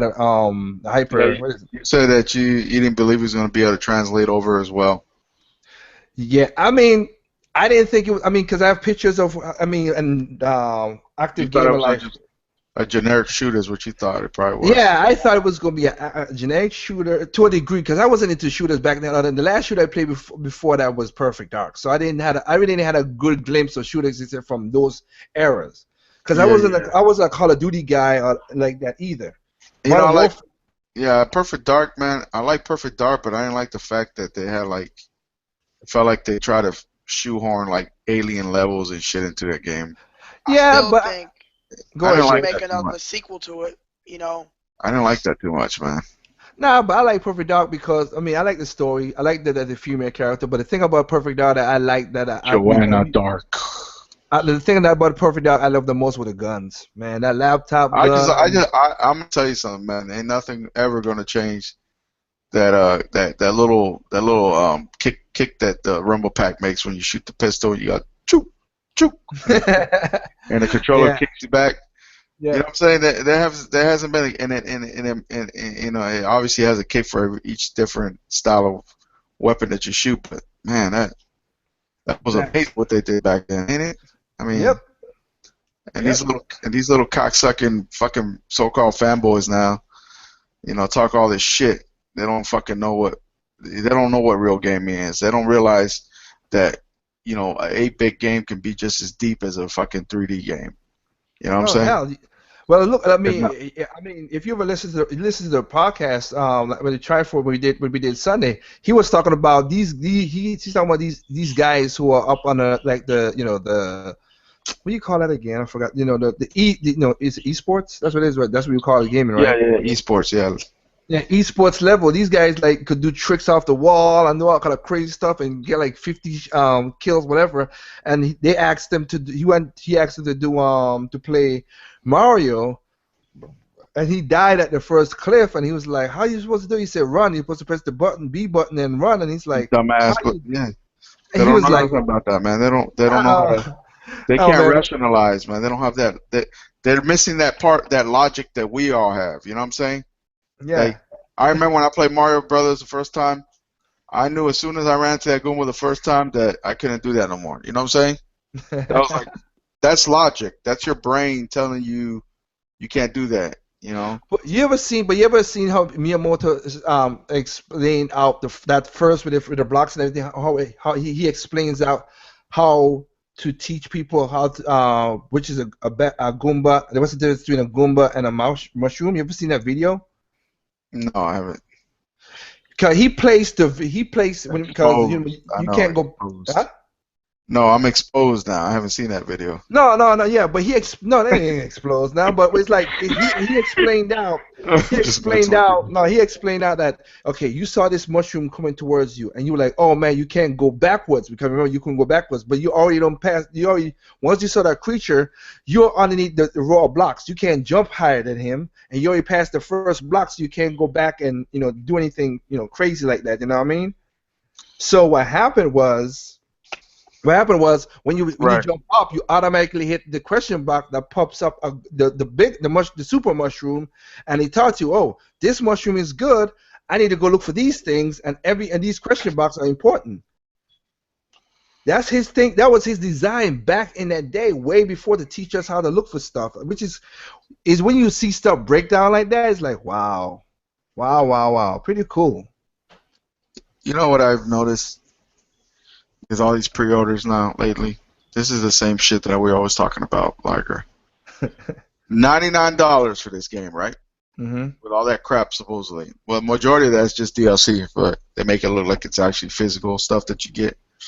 So yeah, you have to process in your brain. Okay, take away the one version, take away the DLC stuff because you don't really get to touch that. That's not physical, and you're just left with the game, the box, and a manual for $100. Yep. And how much do you want to bet in less than 6 months? Maybe less than that. Maybe in 3 months, this game will be like $30. Well, I mean, You I heard it don't. here You know first. what? Or Okay, you know heard what? it here If first. you heard it here first from Poppy 2K. I say let's see what happens. Cause this is the last In less than game. 6 months, this game will be less than $30.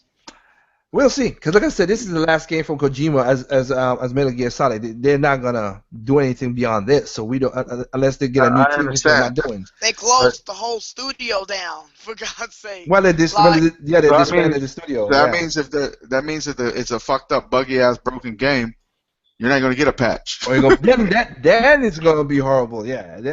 If it's messed That's what up, then it will be exactly. horrible. I mean, I hate trying to sound cynical. I hate sounding cynical and all that, but I just look at stuff at face value, and when you're trying to charge me $100, that tells me one thing: you're trying to make all the money you can up front because on the back end, there's no evergreen. There's no evergreen. That belongs to one Well, company. but like I said, but we said it Saturday. The average time, the average time for third parties to make their money is the 3 months. That's the average time. Beyond 3 months, unless you have a solid game, like I say, if you have that game that has that presence, then you'll sell beyond the 3 months. But and like most of the time, the drop off a cliff is 3 months. So I we'll always see what find happens. I always find that disappointing. Well, it's the introduction of it was the introduction of game, that you could trade your games back in and stuff. And like I said, and I'm not hating anybody who have difficult money situations and stuff like that. Like I said, me, I never, even when I had difficult money situations, I never traded back a game ever. I always kept it. Only one game I sent back in because it was not what I thought it was gonna be. And that was back before internet was really like super thing, and you had to go by the books like EMG and IGN Which and game was that? Shadow the Hedgehog. Oh yeah, I never played that game. Yeah, I mean it was all right. It wasn't game breaker or nothing. But the whole thing of him using guns and stuff, and then of course to break it up, that's the training started with that stupid that five They don't ways. know. Yeah, they lost the identity of the Sonic franchise. I mean, Yeah, that shit. with that multi-ending thing, I hated that thing. I was like, nah, I'm taking this right back. I ain't You doing know no what I was telling the multi-ending. people? I said, why don't you just go back to 2D, man? Just keep it that way. Well, 2D, like I said, 2D sold for them because Generation sold for Sega, which was weird how they mess up after that. I heard Colors was good. Colors was good. My sister loved Colors. Generations was good. I bought both Generations on a 3DS and for a PC. I love those games. It was really good. Like I say, we bought Lost Worlds. It was not a bad game. It was a really good game. It made money, but then they put their eggs in the basket with Colonial Marines, and that flopped. And then they rushed it for the Sonic Boom cartoon. Yeah, but now they're talking about going back to quality. What I mean. Well, again, the 3DS version of Sonic Boom sold, so that's what they're doing Fire Ice this time. It's like, okay, let's not go crazy. Let's keep it simple this time. 3DS version was actually pretty okay compared. Yeah, that's what I'm saying, and that's what they're doing. Yep. That's what it is. It wasn't broken, and it was pretty good. So now that's what they're doing Fire Ice. Like you just said, it's back to the whole quick glitch, quick twitch, jump, move, go there, give Sonic the speed that he usually has. Don't do this, I don't know. Let me ask you a question. Yeah. Why is there all of a sudden all these so-called insiders in Nintendo from Nintendo? Insiders. In what sense? Just let's I don't know. Just in the industry, like there's so many, like you hear on these bullshit ass websites, they propagate the hate, but they also pretend to be, um, legitimate news sites. All they do is report Rumors. rumors. That's it. Well, I mean, I can't tell you the answer to that. Like I said, that's what I mean. Look at me. I have my connections, and I said myself, I don't want to turn Endure into a news site to that degree. Because, nah, I just want to have fun. I don't, because I don't want to. I That's me learned, too. no, I just don't want people to keep on coming to me asking me every freaking question. That's the damn problem. That gets annoying after a while. Oh yeah, people. But, huh? You have a lot of people asking you questions. No. It's something I learned doing my music, doing all the other, my running my business, everything. When people's like, "Oh man, you know this person, or you know what this going on," and that's like I said, that's why again, when some people come ask me questions, when I did the Q&A, people ask me questions. I was like, if I don't know, I don't know. I'm not gonna picture it. I don't speculate. If I'm an honest person. Like you say with your morals, with you when we talk about the whole, the shareholders and stuff. Even though, like I said, people don't know who I really am except for certain people. I'm an honest person. I'm not gonna speculate nothing. If I don't know, I don't know. I'm not gonna. Liger, I didn't know you listened to my stuff. I didn't know you listen. You listen. You waste your time listening to me. Nah, man. Like I said, like I said. My little videos that I do, little 2-hour rants. Well, like I said, I listen to you, I listen to George, I listen to Mike, I listen to all. I mean, Appreciate that. like No, I I said, because. appreciate that, man. Shout out to Liger and Duo. Watch Nah, that man. man's channel. Let's Man. keep it popping collars, popping them Nah. collars. Like I said, I listen to what it is this. What it is, Poppy's like this. It's like. I can see Liger walking with a limp, man. I can see you like with one hand in your pocket. One hand in my pocket. True. Right now, I'm like I said, I got one eye open. 'Cause I'm trying to stay awake. Go ahead, man. I'm sorry. No. Like I said, I just like seeing the people awake. That's what it is. I got you. No, like I said, I listen to you, Mike, all you guys because it's just because when I'm doing this stuff at nighttime, of course I can't listen to guys because I'm audio engineering, so I'm listening to stuff I can't do that. But when I'm doing my architect job in the day, and when it gets around at 1 o'clock, 2 o'clock, when your body just drains down, I said, hey, let me see let me see who's up or who got something up on my my subscription, and then I'm like, okay, let me listen to what he's saying, or let me listen to what they're saying, and just keep you awake. I mean, shout out to all the listeners. I mean, we've George and I we've kept the stream going. Talking about different topics, and you join. I tried to keep it interesting. Yeah.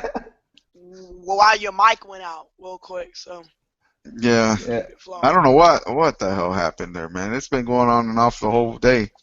I wanted to ask you something, Liger. Yeah. What do you think about like the reversal of the haters? What do you think about that? Like the same people that were like cussing this man out, saying they want to get rid of Iwata, he needs to be fired, he needs to go. Like, let's say if they say they would have gotten their wish, right? Yeah. And he wouldn't have passed away, and he would have just left. Would they have been doing tribute videos? That's what I'm asking. Let's say if he would have got fired, do you think the haters would have done tribute videos? Yeah, I still will think so. I mean, Even if he got fired? Even if they got fired, yeah, they would. I mean, like for certain haters, not all. I mean, I can't speak. Yeah, I was gonna say because I can't speak. Yeah, trust me, I'm gonna put blast on 2 people. I already know, like I said, shots fired. Shots fired. I already got 2 people in my mind. I already recorded audio. I just gotta edit stuff. I already got 2 people in my mind. I'm happy. I am super happy to see that a lot of people is giving them negative flack right now. Who? Cause BB. Of course, you know that jerk. Yeah, he's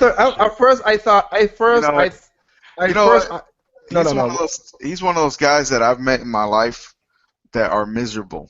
and they have bad luck with everything, and everything I that they do in life. thought, I thought at first, I mean, and the way he is, I thought he was put on, and he was just like, because I saw people just do this, this dick Get attention. persona. Yeah, No, attention. this dick persona just to get attention or just to be what it is, because I don't know who he is in Yeah, real like life, there's some whatever. guys you can tell that it's just a show, but this guy actually.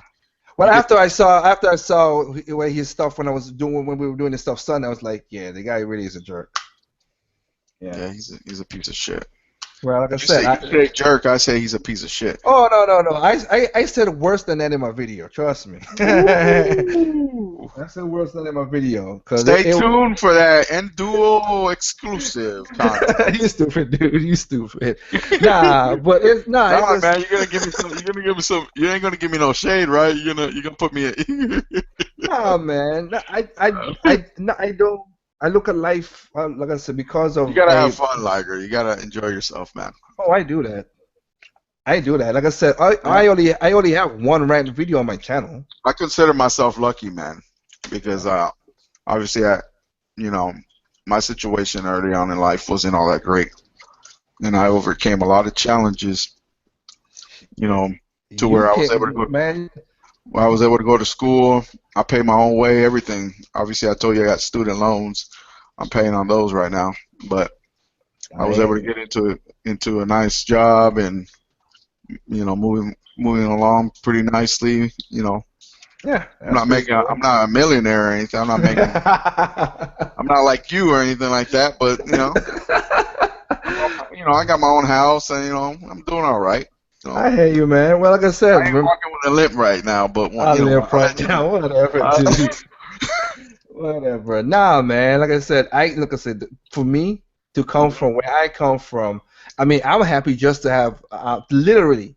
I am super happy just to have lettuce, mayonnaise, mustard, cheese, ham, and a pickle on my sandwich. Because when I was growing up, it was just butter and bread. And so you got butter. I had to eat frogs, man. What are you talking about? I had to go in the damn river and get some frogs to eat and shit, man. That's how we did. Well, like I said, yeah, but here you go. But I guarantee you still had. I mean, I don't because you're. I was thinking you're Hispanic, so I don't know if you was. Why outside. do you think I'm Hispanic? What would give that away? Ha ha ha! Funny, but I mean I don't know if you were raised in Florida or you were raised in a different country. I can't tell. Yeah. But, okay. Well, no, I can't tell. I'll let you know one day. But my point is, like, when you have to, when you have to have, 3 months without power, and you gotta walk 2 miles to get a bucket of water, and stuff like that. That was my lifestyle growing up, and outside plumbing and all that. We used to have an outhouse, man, where I came from. Huh? I said we had an outhouse where I came from. Same thing here. That's what I'm saying. It was. We had to go take when we wanted to wash up. We had to get some buckets of water from the river. Yep. We washed I remember my grandma washing clothes on the river on the rocks. Rocks, bingo. We we similar together, man. You know what I used to play with when I was a little kid, man? I used to play with those the little spokes from the tires, from the bicycle tires. Damn, we did the exact same thing. with one little stick pushing the thing away. The wheel. Were you from the islands? Gotta be then. Huh? Panama. Okay, then yeah, then you're right. Then you feel where I'm coming from. I'm from the islands, so yeah, it's the exact same thing when you say. A lot of people always ask me, "Oh, you must have been born here because you speak English very well." I said, "No, I actually had to learn English." Same thing here, man. That's one of the things. That's one of the things I try to tell a lot of people is, people, you come over here, you have to be successful. At least learn English, and you'll be all right. Because if you don't speak English fluently, then people don't take you very seriously. Like, if you don't understand the lingo, if you don't understand how to talk to somebody, you notice that I can go back and forth. I can speak eloquently, but at the same time, I can go in and speak with a little slang and talk, smack and shit like that, But at the same time, I understand that there's different audiences that you're trying to reach, and you're trying to talk to people in a certain manner where they can respect what you're saying. But if you're not able to elicit, you're not able to create a channel of communication to where people listen to you, then they're never going to learn nothing.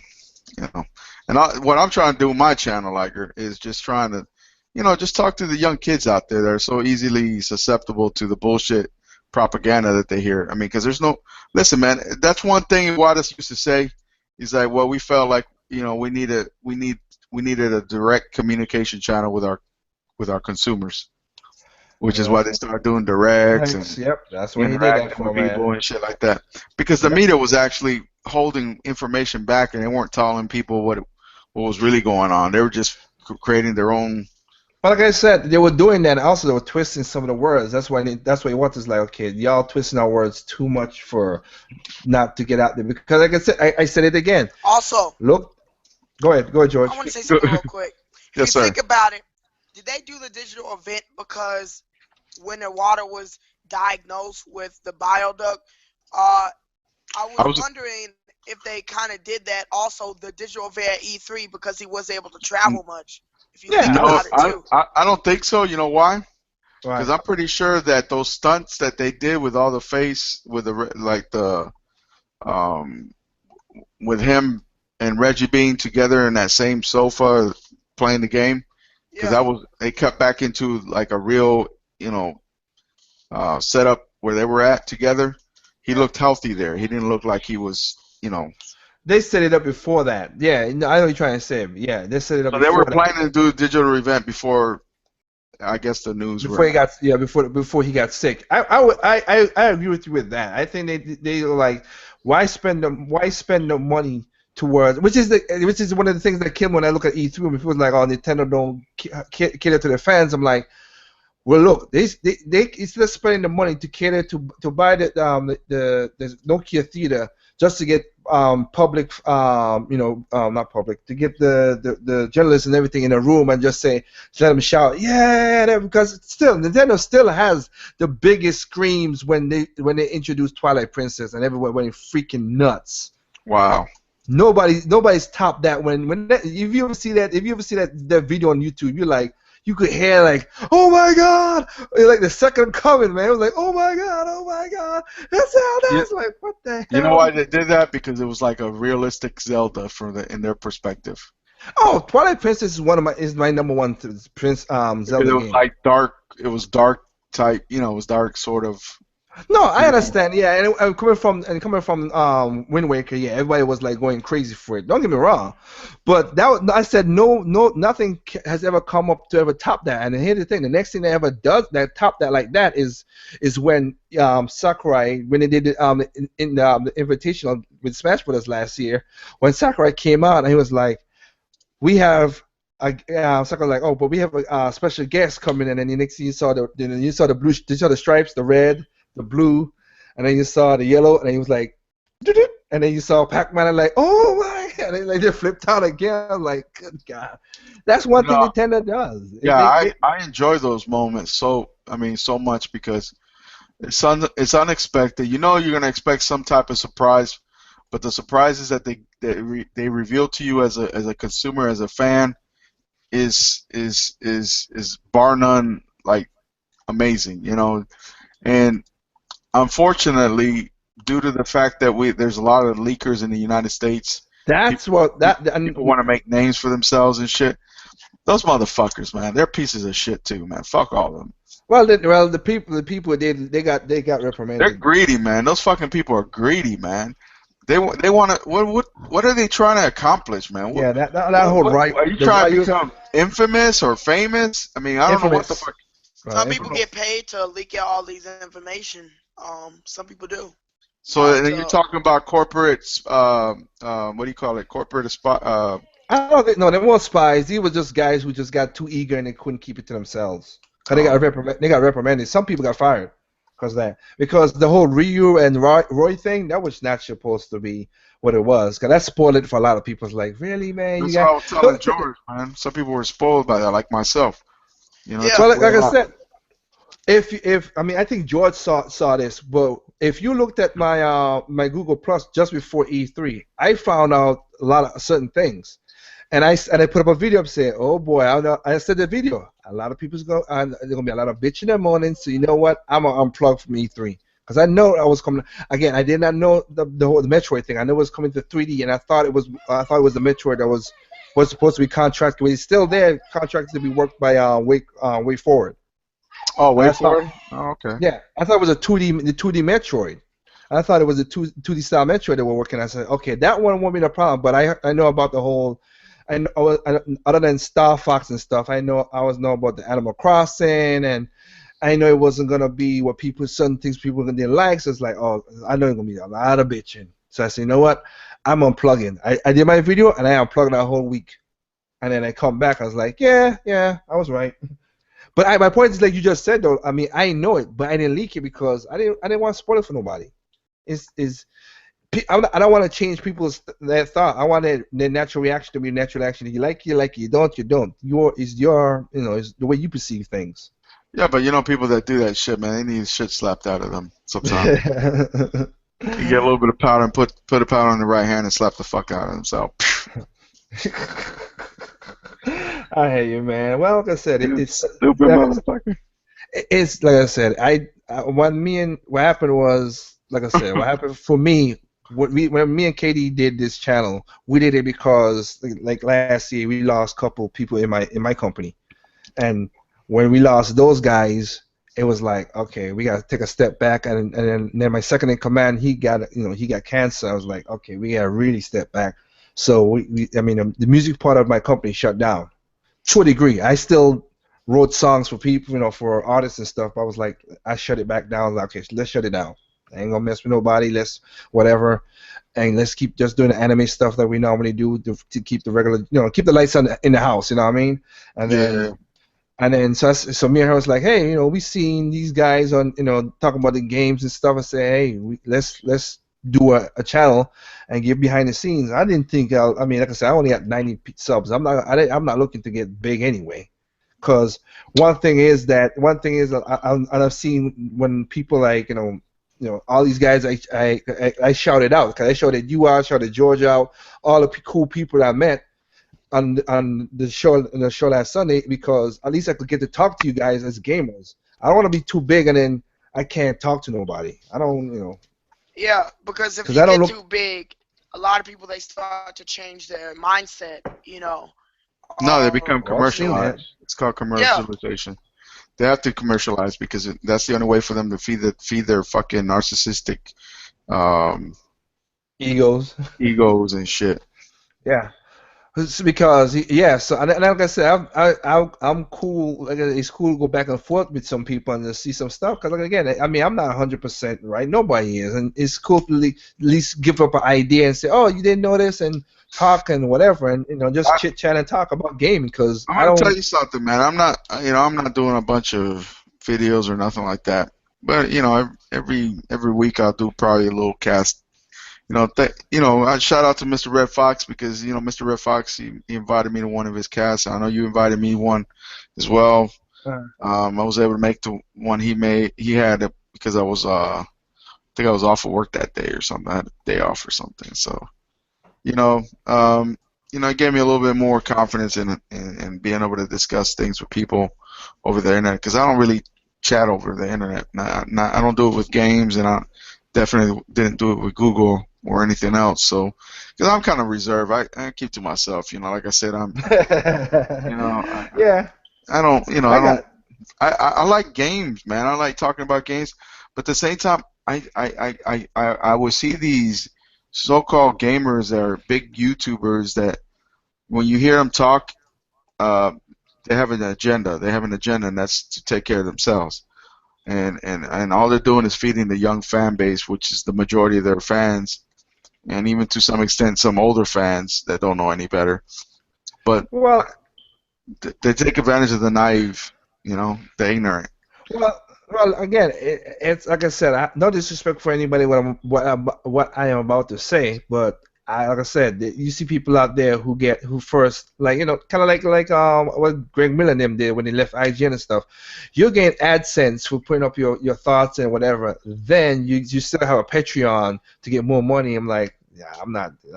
Just like a Kickstarter. I'm not.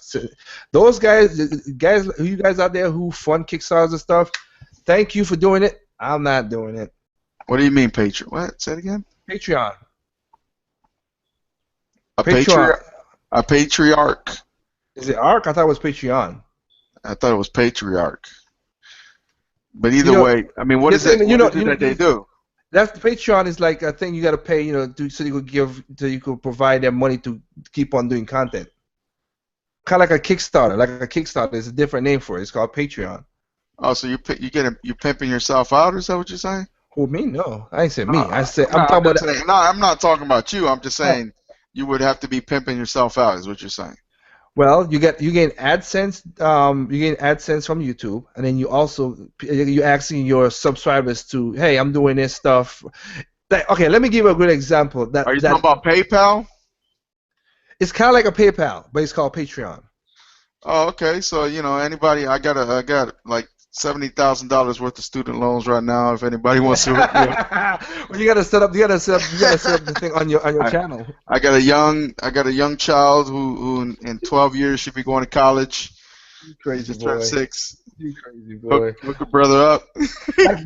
like one of the channels I sub to and I like is called let me see if I can find it because they're pretty cool. See, that's what I'm saying. I don't even know that shit, man. I'm just I just have knowledge that a lot of people don't, wouldn't normally have because I grew up reading all the Game Pros and Nintendo Powers and EG and all that shit that used to be magazines, and I used to think that I used to have like the best scoops, you know what I'm saying, in the industry back then. I thought I was like insider sort of and shit, semi-insider, and I used to get the little codes and shit for the certain games. It was just, I was a huge fanatic, man, huge. And then there was a time, obviously when the girlfriends overtook everything, You stupid boy. They kind of sidetracked me a little bit, but I still got back on. I got back on. I got focused, and like one of the I'll give like what I just put it in the group chat right there. Like that's one of the channels I like. Like these guys, like it's not on their YouTube channel, but they are choreography fighting community. Oh, okay. That they do they do good. If you look at go to their channel and see their stuff, they do they have a Naruto, a live action Naruto fight scene. The Shippuden Dance of War. Yeah, that thing's awesome. That thing's totally awesome. So it's like original content from. Wow, they got 2 million views, man. It's cool. It is a cool. I don't even have 2,000 views. No, but I mean, these guys, they're showing off. The choreographer club is showing off what they could do with the move sets, and also with the special effects, which is pretty cool. But they're trying to say that they should be focusing on some live action sequence or something, some type of live action movie. No. What they're doing is showing off. Look, is like they're these guys are fight choreographers. And they have their own studio and everything set up, so they're just showing off the stuff for to let people know, hey, it's kind of like it's like a cool thing to show off to people, and they're saying, hey, like I said, if you see that video, if you watch that video, it's pretty cool. It is pretty awesome, and they just released one that just came out called Phantom Breaker Battlegrounds Overdrive. That's awesome. They got one with Teenage Mutant Ninja Turtles. Man, that's cool. Liger, you just a big fucking nerd. Just admit it. Oh, I'm a nerd. I don't give a crap. I got my 4 eyes. Oh, thank God. I don't need that yet. I don't need those yet, but. Nah, I got my 4 eyes, but like I said, I like stuff like that, man. Because like I said, because me too, man. I like all that shit, like the Ninja Turtles back in the days. Then they fucked it up with the bullshit ass Michael Bay movies and shit. Hey, it is what it is. I can't fault them because it always happened. That's what is going on in the game industry right now. Anything that's rebooted to not, like I said, there's some good reboots, sometimes they mess it up. Don't they fuck it up? I mean, he did all right with the Transformers because had all the CGI and shit. So people were like, okay, wow. But when you saw the Turtles in the 80s and 89 and 90 and the three movies, you're Well, like, you I feel like was. they Go ahead. should Sorry. you feel like they should have stuck with that, right? I respect live action, and that's what the Turtles were to me. To see those guys Yeah. don the suits and really work and did all their stunts themselves. Hell yeah! Because remember, Hey, remember Surf Ninja, Yep. the old movie. Remember the older brother? He was the guy inside of the Michelangelo suit. Oh, I didn't know that. they have to make the movies appeal to the digital age. Yeah, that is true. You have That to is remember true. that. Yeah. I'm gonna tell you something. They could do That's just the as future. great. They can do just as great with live action. But that's why I gave you that channel right there. That's what these guys. Look what these guys do with the live action and But they do a lot of stop motion cinematography too. So yeah. they stop Yeah. the camera and then they put the dagger into the little.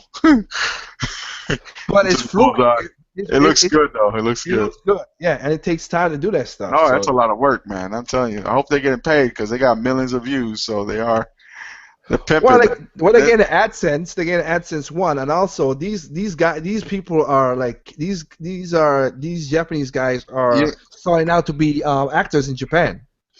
Liger, you can open up a channel called Pimpin' Ain't Easy. But like, Pimpin' ain't easy. What the hell, dude? You crazy boy. Oh. Yeah, man. No, man. I listen. I like that kind of stuff. I do, man. I really enjoy those live action sequences. It's like that's why I love the about Jet Li movies and shit because I know a lot of those stunts he did on his own. Like him and Jackie Chan and yeah. Same thing with Jackie Chan. You know what I'm saying? It's like you can respect that because it's an art. That's something that not everybody can do. And not everybody has that skill, talent, concentration, focus. The gi or the energy, whatever they call it, the key, yeah, the key, not the gi, the key. The gi is the uniform. The uniform, but the key, and the yin and the yang, the balance within oneself, all that good shit. Yeah. Well, like I said, and then you got people who got like one of my favorite animations, which I'm kind of sad I didn't messed it up a little bit. Which one? Didn't. Appleseed. I did. I love that fucking movie. That was a CGI mostly. Yeah, I love 1 and 2. I love 3, but 3 they busted the continuity between 1 and 2, and I like why they did that. I don't like when movies do that. It was good. It's good by itself, but what happened is they went back and they messed up the continuity between the stories. I'm like, So then you must have liked what was it called? What's the name? Ghost in the Shell. Yeah, Ghost in the Shell. What about Ninja? Ninja Scrolls? Yeah, Ninja Scrolls. Oh, that's a classic, son. That's classic. Man, if you ain't seen that shit, then I don't know what to tell you, man. Wasn't that like fucking amazing? I mean, all those hand-drawn scenes that they put together with all the details. Well, back then, just think about all those little details that they put in that motherfucking movie, man. Well, like I said, back then, manga was the king. What about my boy Van Helsing? I know you've seen those. I've seen those. I mean, but the last animation I got into, watch spiritually, watch that I had nothing to do with, to a degree, was Sword Art Online. Oh, I've never seen that. Oh, that's pretty good. That's a pretty good anime. But and of course I work with animation with studios, like I said, doing dubbing and stuff like that. Of course, Gundam 00. I work with that. Cowboy Bebop the movie. I work with those guys. A lot more too. Just right now because I'm tired, so I ain't putting my head to whatever. But that's what we do. We dub animation. I'll check it out. And bring it to the West. But Sword Art Online. You ever watch Bloody Trinity? Blood Trinity? Yeah. Bloody Trinity. Yep. I love that fucking show, man. I'm sad that they weren't able to continue it because I think what the author of the manga died, so they weren't able to, recreate, the the series or continue the series. Mm. I don't Nah, know. like I said, they got some cool animations out there. But like I said, whenever you get a chance, But check out Sword. there's a lot of trash out there too, man. Well, yeah, but I'm telling you, Sword Art Online is a I'll pretty check good it one. out. I'll check Yeah, it out because right now. it's in the second season right now. Sword I mean, Art. well, it's not in the second season really. It's like in the fifth really, but it's just like to be dubbed and everything. To be subtitled, not dubbed, subtitled. And that's basically if I ever get to 100 subs, I will give out a cool. 100 subs, damn, man. I'm just saying if I get to 100 subs, I'll give Once a you get cool. 100, you're gonna be 200. You know that, right? Well, maybe after I give the giveaway that people would wanna come to the channel. Then you'll be 400 real quick. Then you won't be Yeah. talking to me no more. You'll be like, man, I can't mess with you, Bobby. Whatever, bro. I can't deal with, man. You too small, dog. Whatever. I don't do stuff like that, I'm man. trying to eat. You say I'm trying to eat. I'm not trying to start over. Nah, I don't. Just I take won't it do day that. by day. I won't Hey, do that. George, how'd you get so many damn subs? You're like at 1,000 already, ain't you, man? You like I had a couple videos that went that viral? were pretty popular. Yeah. What you do? You slap somebody's I mama? had a couple intros, like. He said slap somebody's mama. What the hell? Yeah, I had a couple videos that went viral. A couple. No, it's because I say that because all the viral videos are like the stupid shit videos, the stupid ass. Well, I mean, my videos, that takes off for me is like my Splatoon commercial. When people were bitching about the Splatoon commercial, I said, you know what, I'll make my own commercial, and that thing jumped off, and right now, it's in at 2,100 views. Damn, I ain't got 2,100 in total, man. What you just have to do is make, like original content, I guess. That's all I fucking do, man. I don't got nothing. What I did was I took the audio from the Splatoon Direct, the commercial from Japan, and then the commercial from UK, blend them together, and then put that together, put them as one video, 1 minute video, and people flocked to it. You know, there was a video I did with Mr. Red Fox. It was about 2 weeks ago, I think, where we talked about Devil's Third. I guess I started it up by myself, and then he came in later on, and I had some like video playing in the background of Devil's Third. You know, Nintendo said they copyrighted that video. They said this is our video. Wow. And I'm thinking, I never monetized this son of a bitch. How the fuck? I never thought they could just like come in and say, well, this is our copyrighted material. Da da da da da. I had no audio. It was just a couple little seconds. It was like 30 seconds of video or something, and they copyrighted it. So when I heard people say that Nintendo wasn't publishing Devil's Third, I laughed my ass off because I got that on the channel. It says Devil's Third is Nintendo's property. It doesn't say Valhalla Studios. It says Nintendo. Wow, they just got them. That's crazy. Yeah, man. No, I'm sorry. Now I'm looking to see the What were you talking Nintendo about? Japan. I'm like, no, they just got Paper Mario over there. Oh, okay. They just got Paper Mario for the Virtual Console over there. Like their Virtual Console is 10 times bigger than our Virtual Console in the U.S. because of the whole licensing fees and stuff. They got tons of games. Because I still want to know why the heck we still ain't got Metroid Zero Mission over here. We need that, man. Come on, Nintendo. Seriously, we got every other game. Bring that one over. Yeah, no, it's funny. Which is because again, Metroid don't sell in Japan that much, so I'm surprised it's in Japan. Why not? It need to be over here.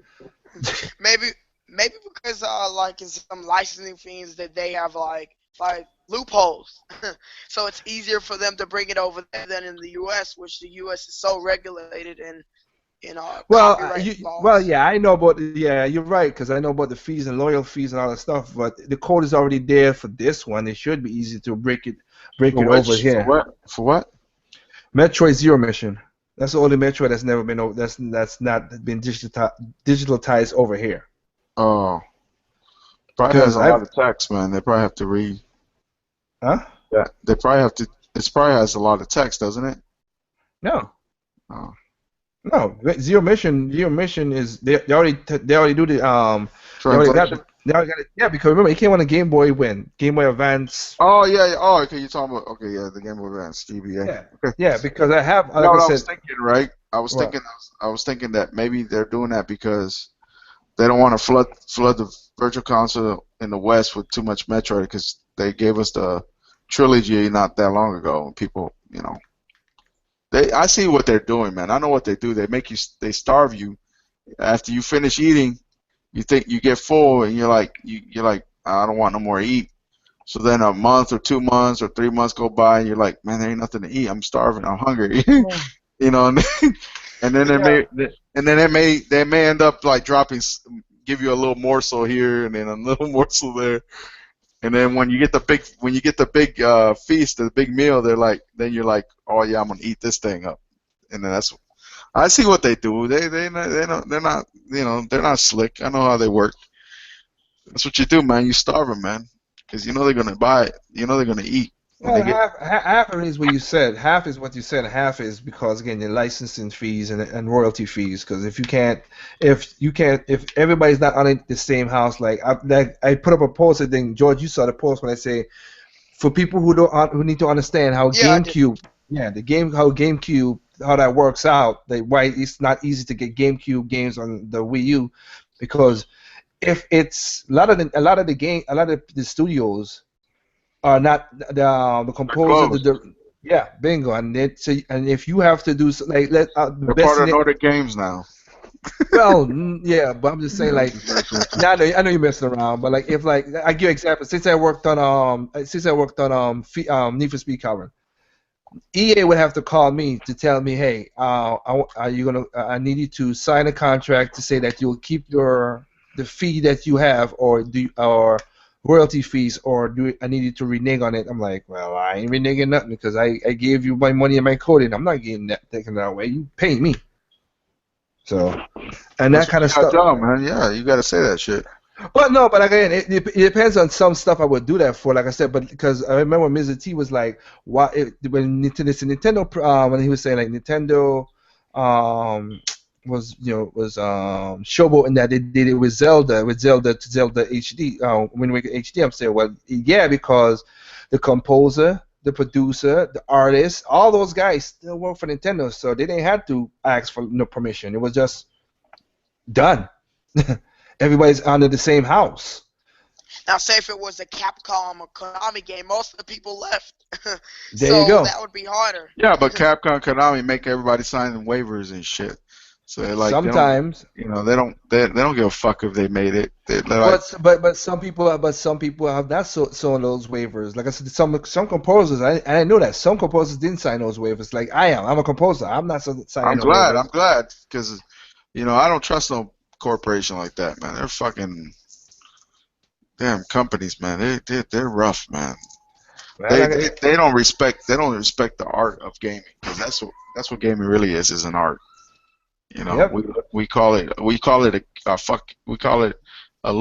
fucking toy and game, but the overall product that is delivered is produced through the blood, sweat, and tears of many yep, artists. yep. Like I said, it's art, and Iwata said that too. I got mad respect. It's just that's just how I feel, man. I don't have nothing. I don't have any official affiliation with any development studio house or anything. I'm just a gamer, man. At heart, I'm never gonna change. It's just who I am. My kid, I passed that down to my kid. Now she's got the bug. You know what I'm saying? Well, that's what, like I said, I passed it down to my sister. And that's why she's a gamer now. That's what she. My wife. I try to hook her up too, but she had a bad reaction to it or something. It's like, but. He said you got a bad. She had a bad reaction to Well, it. gentlemen, it's 10 o'clock. I got to get ready to start packing things up. But That's I cool, don't want to man. hold anybody up any longer because I know, Liger, you got to get some sleep, dude. Yeah, hopefully, like I said, I'm gonna put on my videos for tomorrow morning. So yeah, I'm gonna work on that right now. So Little man, George, young man, Thanks for coming, man. I appreciate your great dialogue and very on point discussion. I'm Thank gonna you. tell you Oh, something. always try to learn the For a most. young guy, I have to admit, I mean, I'm pretty sure you agree with me, Liger. This kid, he's got some knowledge on him. Oh yeah, me and him talk. We off chatted offline and talk stuff, and you Yeah, know. he's putting in that work. He's putting in that work. Yep. So keep it up, man. Keep it up. Don't ever stop believing, man. Thanks. What the hell? You think we don't stop believing? Oh, Liger, I'm not trying. I wasn't trying to be funny that time, man. I was just being that was I know, but I just remember the song. That's why. No, Don't seriously, don't stop believing. I mean, that's just a phrase. I wasn't It's talking a about song too, so that's why I say that. my journey. Yeah, Yeah. no. But like I said, for anybody out there, yeah, Andrew Child, we're gonna do our tribute tomorrow. It's a three-part video. I mean, video. One gonna be about 30 minutes. The other one gonna be like, it's gonna be music stuff. And gonna be, I like this, like a somber tribute. It's gonna Nice. start off. It's gonna start off with a little piano interlude that I play, but it then gonna go into what I want to remember Iwata as. Yeah. So. So it's not gonna just be no little small little song. It's basically the name of the song is called "Rise Up," and yeah, that's what we're supposed to do: rise up and keep gaming in our hearts. So, all right, man. Like I said, I just jumped in and just chit chat with you guys. I will catch you all later, All man. right, man. I really enjoyed it, gentlemen. I appreciate your kind words. I look forward to continuing doing these little, you know, Events. Podcast. little at the last minute type podcasts. Nothing really formal here, Yep. and Just regular shit talking. just off the cuff shit. So, Yeah, man. All right. to all the gamers out there, have a good one, and I'll talk to you guys later. Peace.